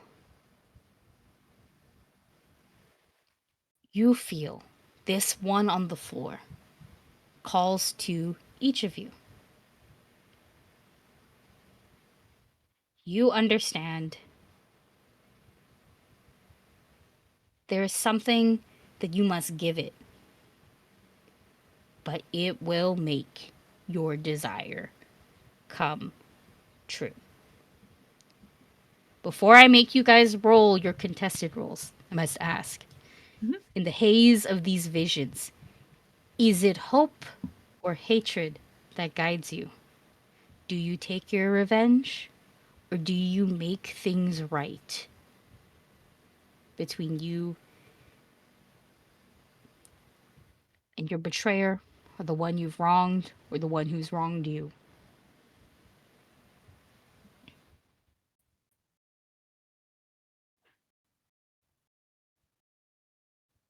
I think until I become whatever I'm becoming, I'm still going to act like a human. Hate. I didn't come all this way to turn my back at the finish line.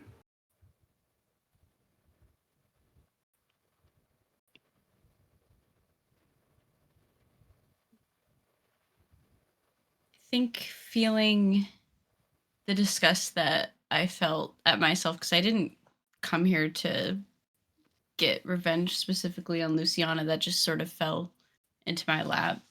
But knowing that it didn't feel good, it beat with hope. One hope, two hate. You all understand that there is one acorn on the floor. And that one acorn calls to all of you. We're going to do our contested roll now because there can only be, quote unquote, one winner. Afterwards, we will follow with very fun narrative epilogues. Sweet. So this is decided by a roll then. Whoever, yes.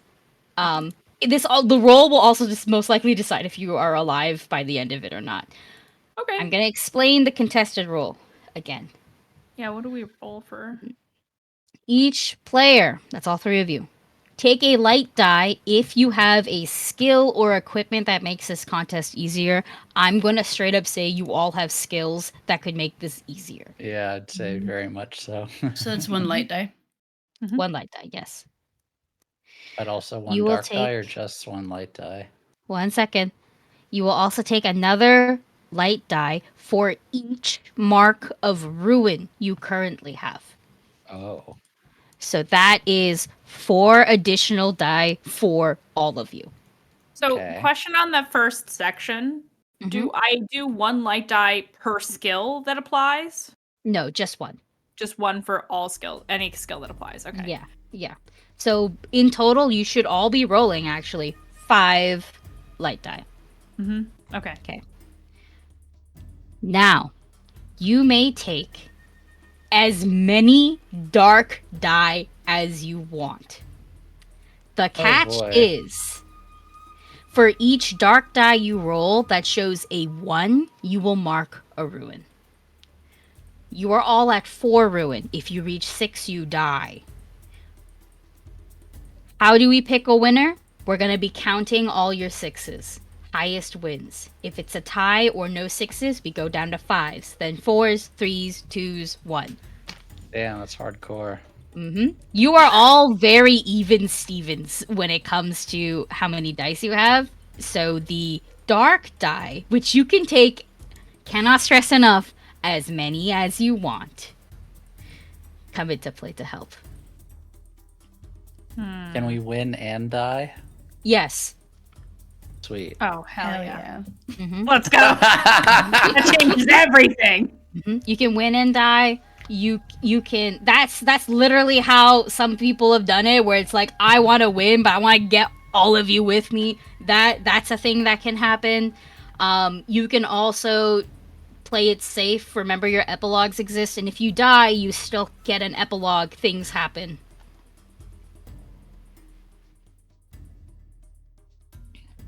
Can we also reroll? So No rerolls. for the dark no die, we get a reroll. ruin. We get a ruin for every what? Every 6 that we get. Every one. Every one. one. One on the die. One on the die. Oh, okay. Yeah. So, narratively thinking about what this role means, the dark die, correct me if I'm wrong, it would be how much is that just like how hateful you are? Like, it could be hate, could be hope, it could be, you could even allude it to, like, for example, you can say someone straight up stabs you, and that's why you die. In this case, everybody here is ruined in some way. You have darkness in you, and that's why you can tap into it. You can do a lot of things for this. While you guys add up your dice, I'm going to narrate just a little bit, which also might help you with your narratives for your epilogues. Just a bit. You all have your visions. I'm going to cough. So breathy. You all have your visions. You all understand that there is one acorn that promises your destiny for a sacrifice. You understand that anything can be true as long as you sacrifice something for it. The tree itself requires something great. Who or what is sacrificed, it doesn't care for. If no sacrifices are made, you might be able to leave. But there will be no destinies granted.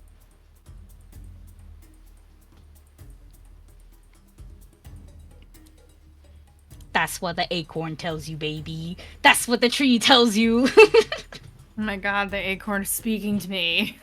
Devious acorn. Are y'all ready to roll? Yep. I think so. Okay.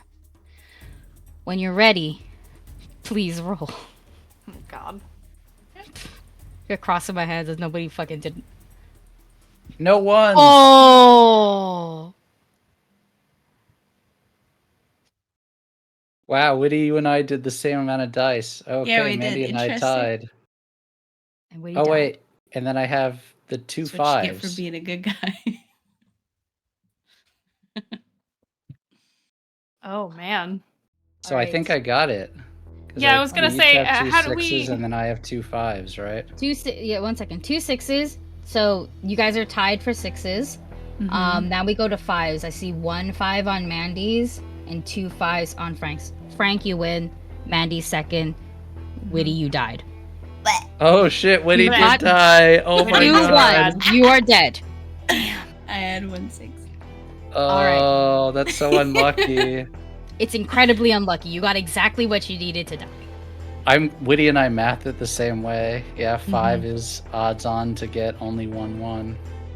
Either way, sadly, Witty is last because of in terms of the ties for the sixes. Yeah, the Witty has sixes. 1 6. Yeah. So, here's how this goes. Kel, you get to go first because you win. You get the acorn. How do you get the acorn? This is just totally flavor, rule of cool. Absolutely, yes. The rest of this, we did the mechanics. Oh yeah, Yes, I was gonna yes. say, Anything do we can want to happen. like blow for blow, like fight to get the acorn? You can literally do So- that. The only person who fucking dies is Witty. So what I would do is I would very quickly, eyes glowing blue again, writing in my face symbol, and I would say in the same voice before where I told the poor man to gouge his eyes out, I would say to Valen, "You are not worthy. Give up." Rude. That is a non-lethal task. And then I would do the same thing very quickly to Sybil and say,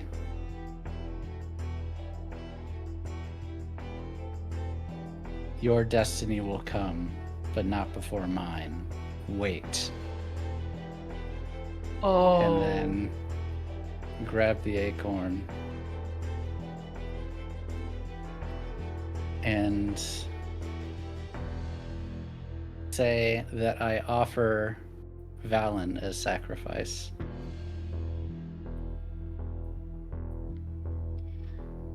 The retribution tree accepts. Before we get to y'all's epilogues, Velen, you want to Where's narrate the how you problem? die? Damn. Hell yeah. All right. So, I think realizing, like, getting to this point and being like, you know, having these two conflicting, like, hate and hope, the two things that have driven me to this point, and realizing that I feel like it's in the moment that hope wins, that I look over at Kel and just looking in his eyes, just instantly know, like, oh, I'm not getting out of here. And how does the tree kill people? Am I getting my first thought was, oh hell yeah, my first thought was absolutely just impaled by roots just coming up from the ground and just lifting my body up. And I'm gonna turn to Kel and dying words, I'm gonna say, you won, but this won't bring you happiness. You've won today. Damn. I Kel, you're know. gonna be strung up. Not Kel, sorry, my god. Velen, you're gonna be strung up by the tree. Your body, though impaled by roots, the roots slip out and the tree fully grabs you and brings you, hoists you up in the air. You are now And lost. it's, in this for tree. Valen, it is a peaceful death, a violent but peaceful death. I kind of went into it not thinking I would come out, and came into it with a lot of hate in my heart, ending it with just peace. Now we move to. Actually, is there anything you want to do in this moment, Sybil? So much shit happened. Well, I had all these plans in case I did win the contest, and now all of that is stopped. I was preparing to use all kinds of magic to get the acorn first. But I think all I can do is literally stand by and watch as Kel takes this away from me. And also very forcibly takes it away from Valen, who Sybil feels did not need to be sacrificed.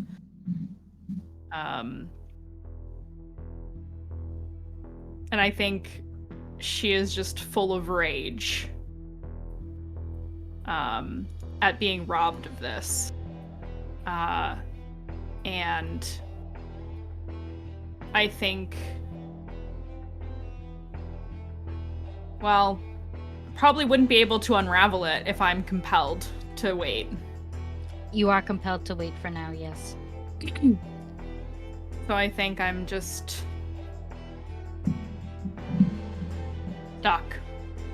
You're You're stuck for Thinking. now, yes. What I would say, Aki, GM, Yeah. if the retribution tree would allow me to do so, I don't know what winning means or what is about to happen to Kel, but Kel would want Sybil to also win, just not at the cost of myself. But I don't know if the retribution tree will allow me to do that. I am the most worthy, but I think that they are also worthy.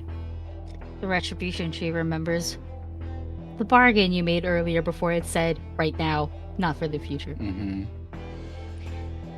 A sacrifice has been made, and that means a destiny is allowed to be granted.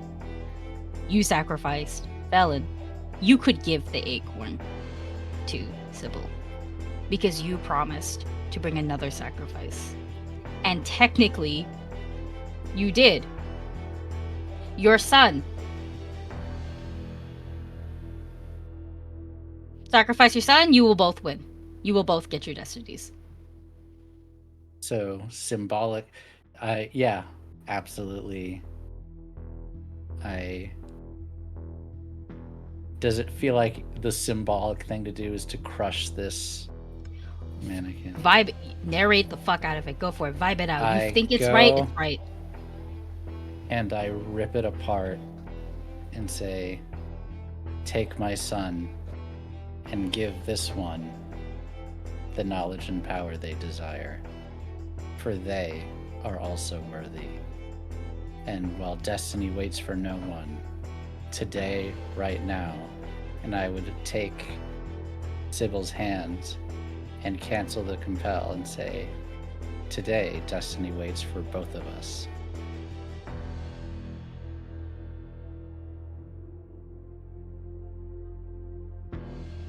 I will remember this. Thank you.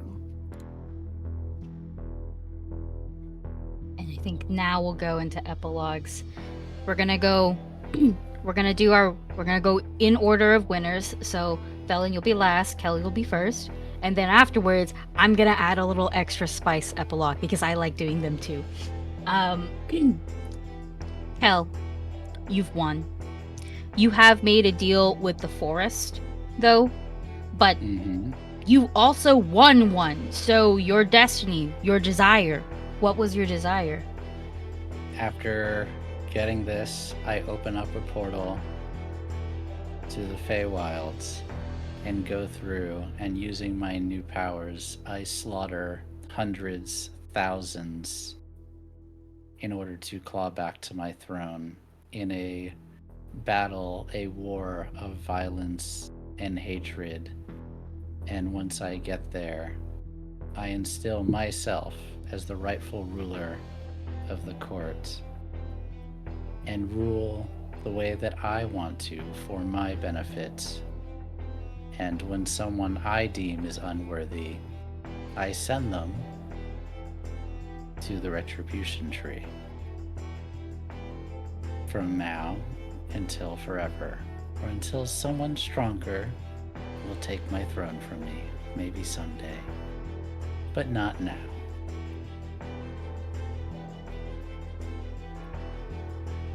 Next epilogue. Sybil. Do you do, bestie? Oh, you know. First, I go and have tea with the mannequin maker. Is And it just see is what it, else- Is it just tea? Is it? Oh, It's your epilogue. It's your epilogue, babe. No, it might. I need to repopulate my people, so maybe. Maybe I'll give a few people a little visit. You know what I'm saying? saying.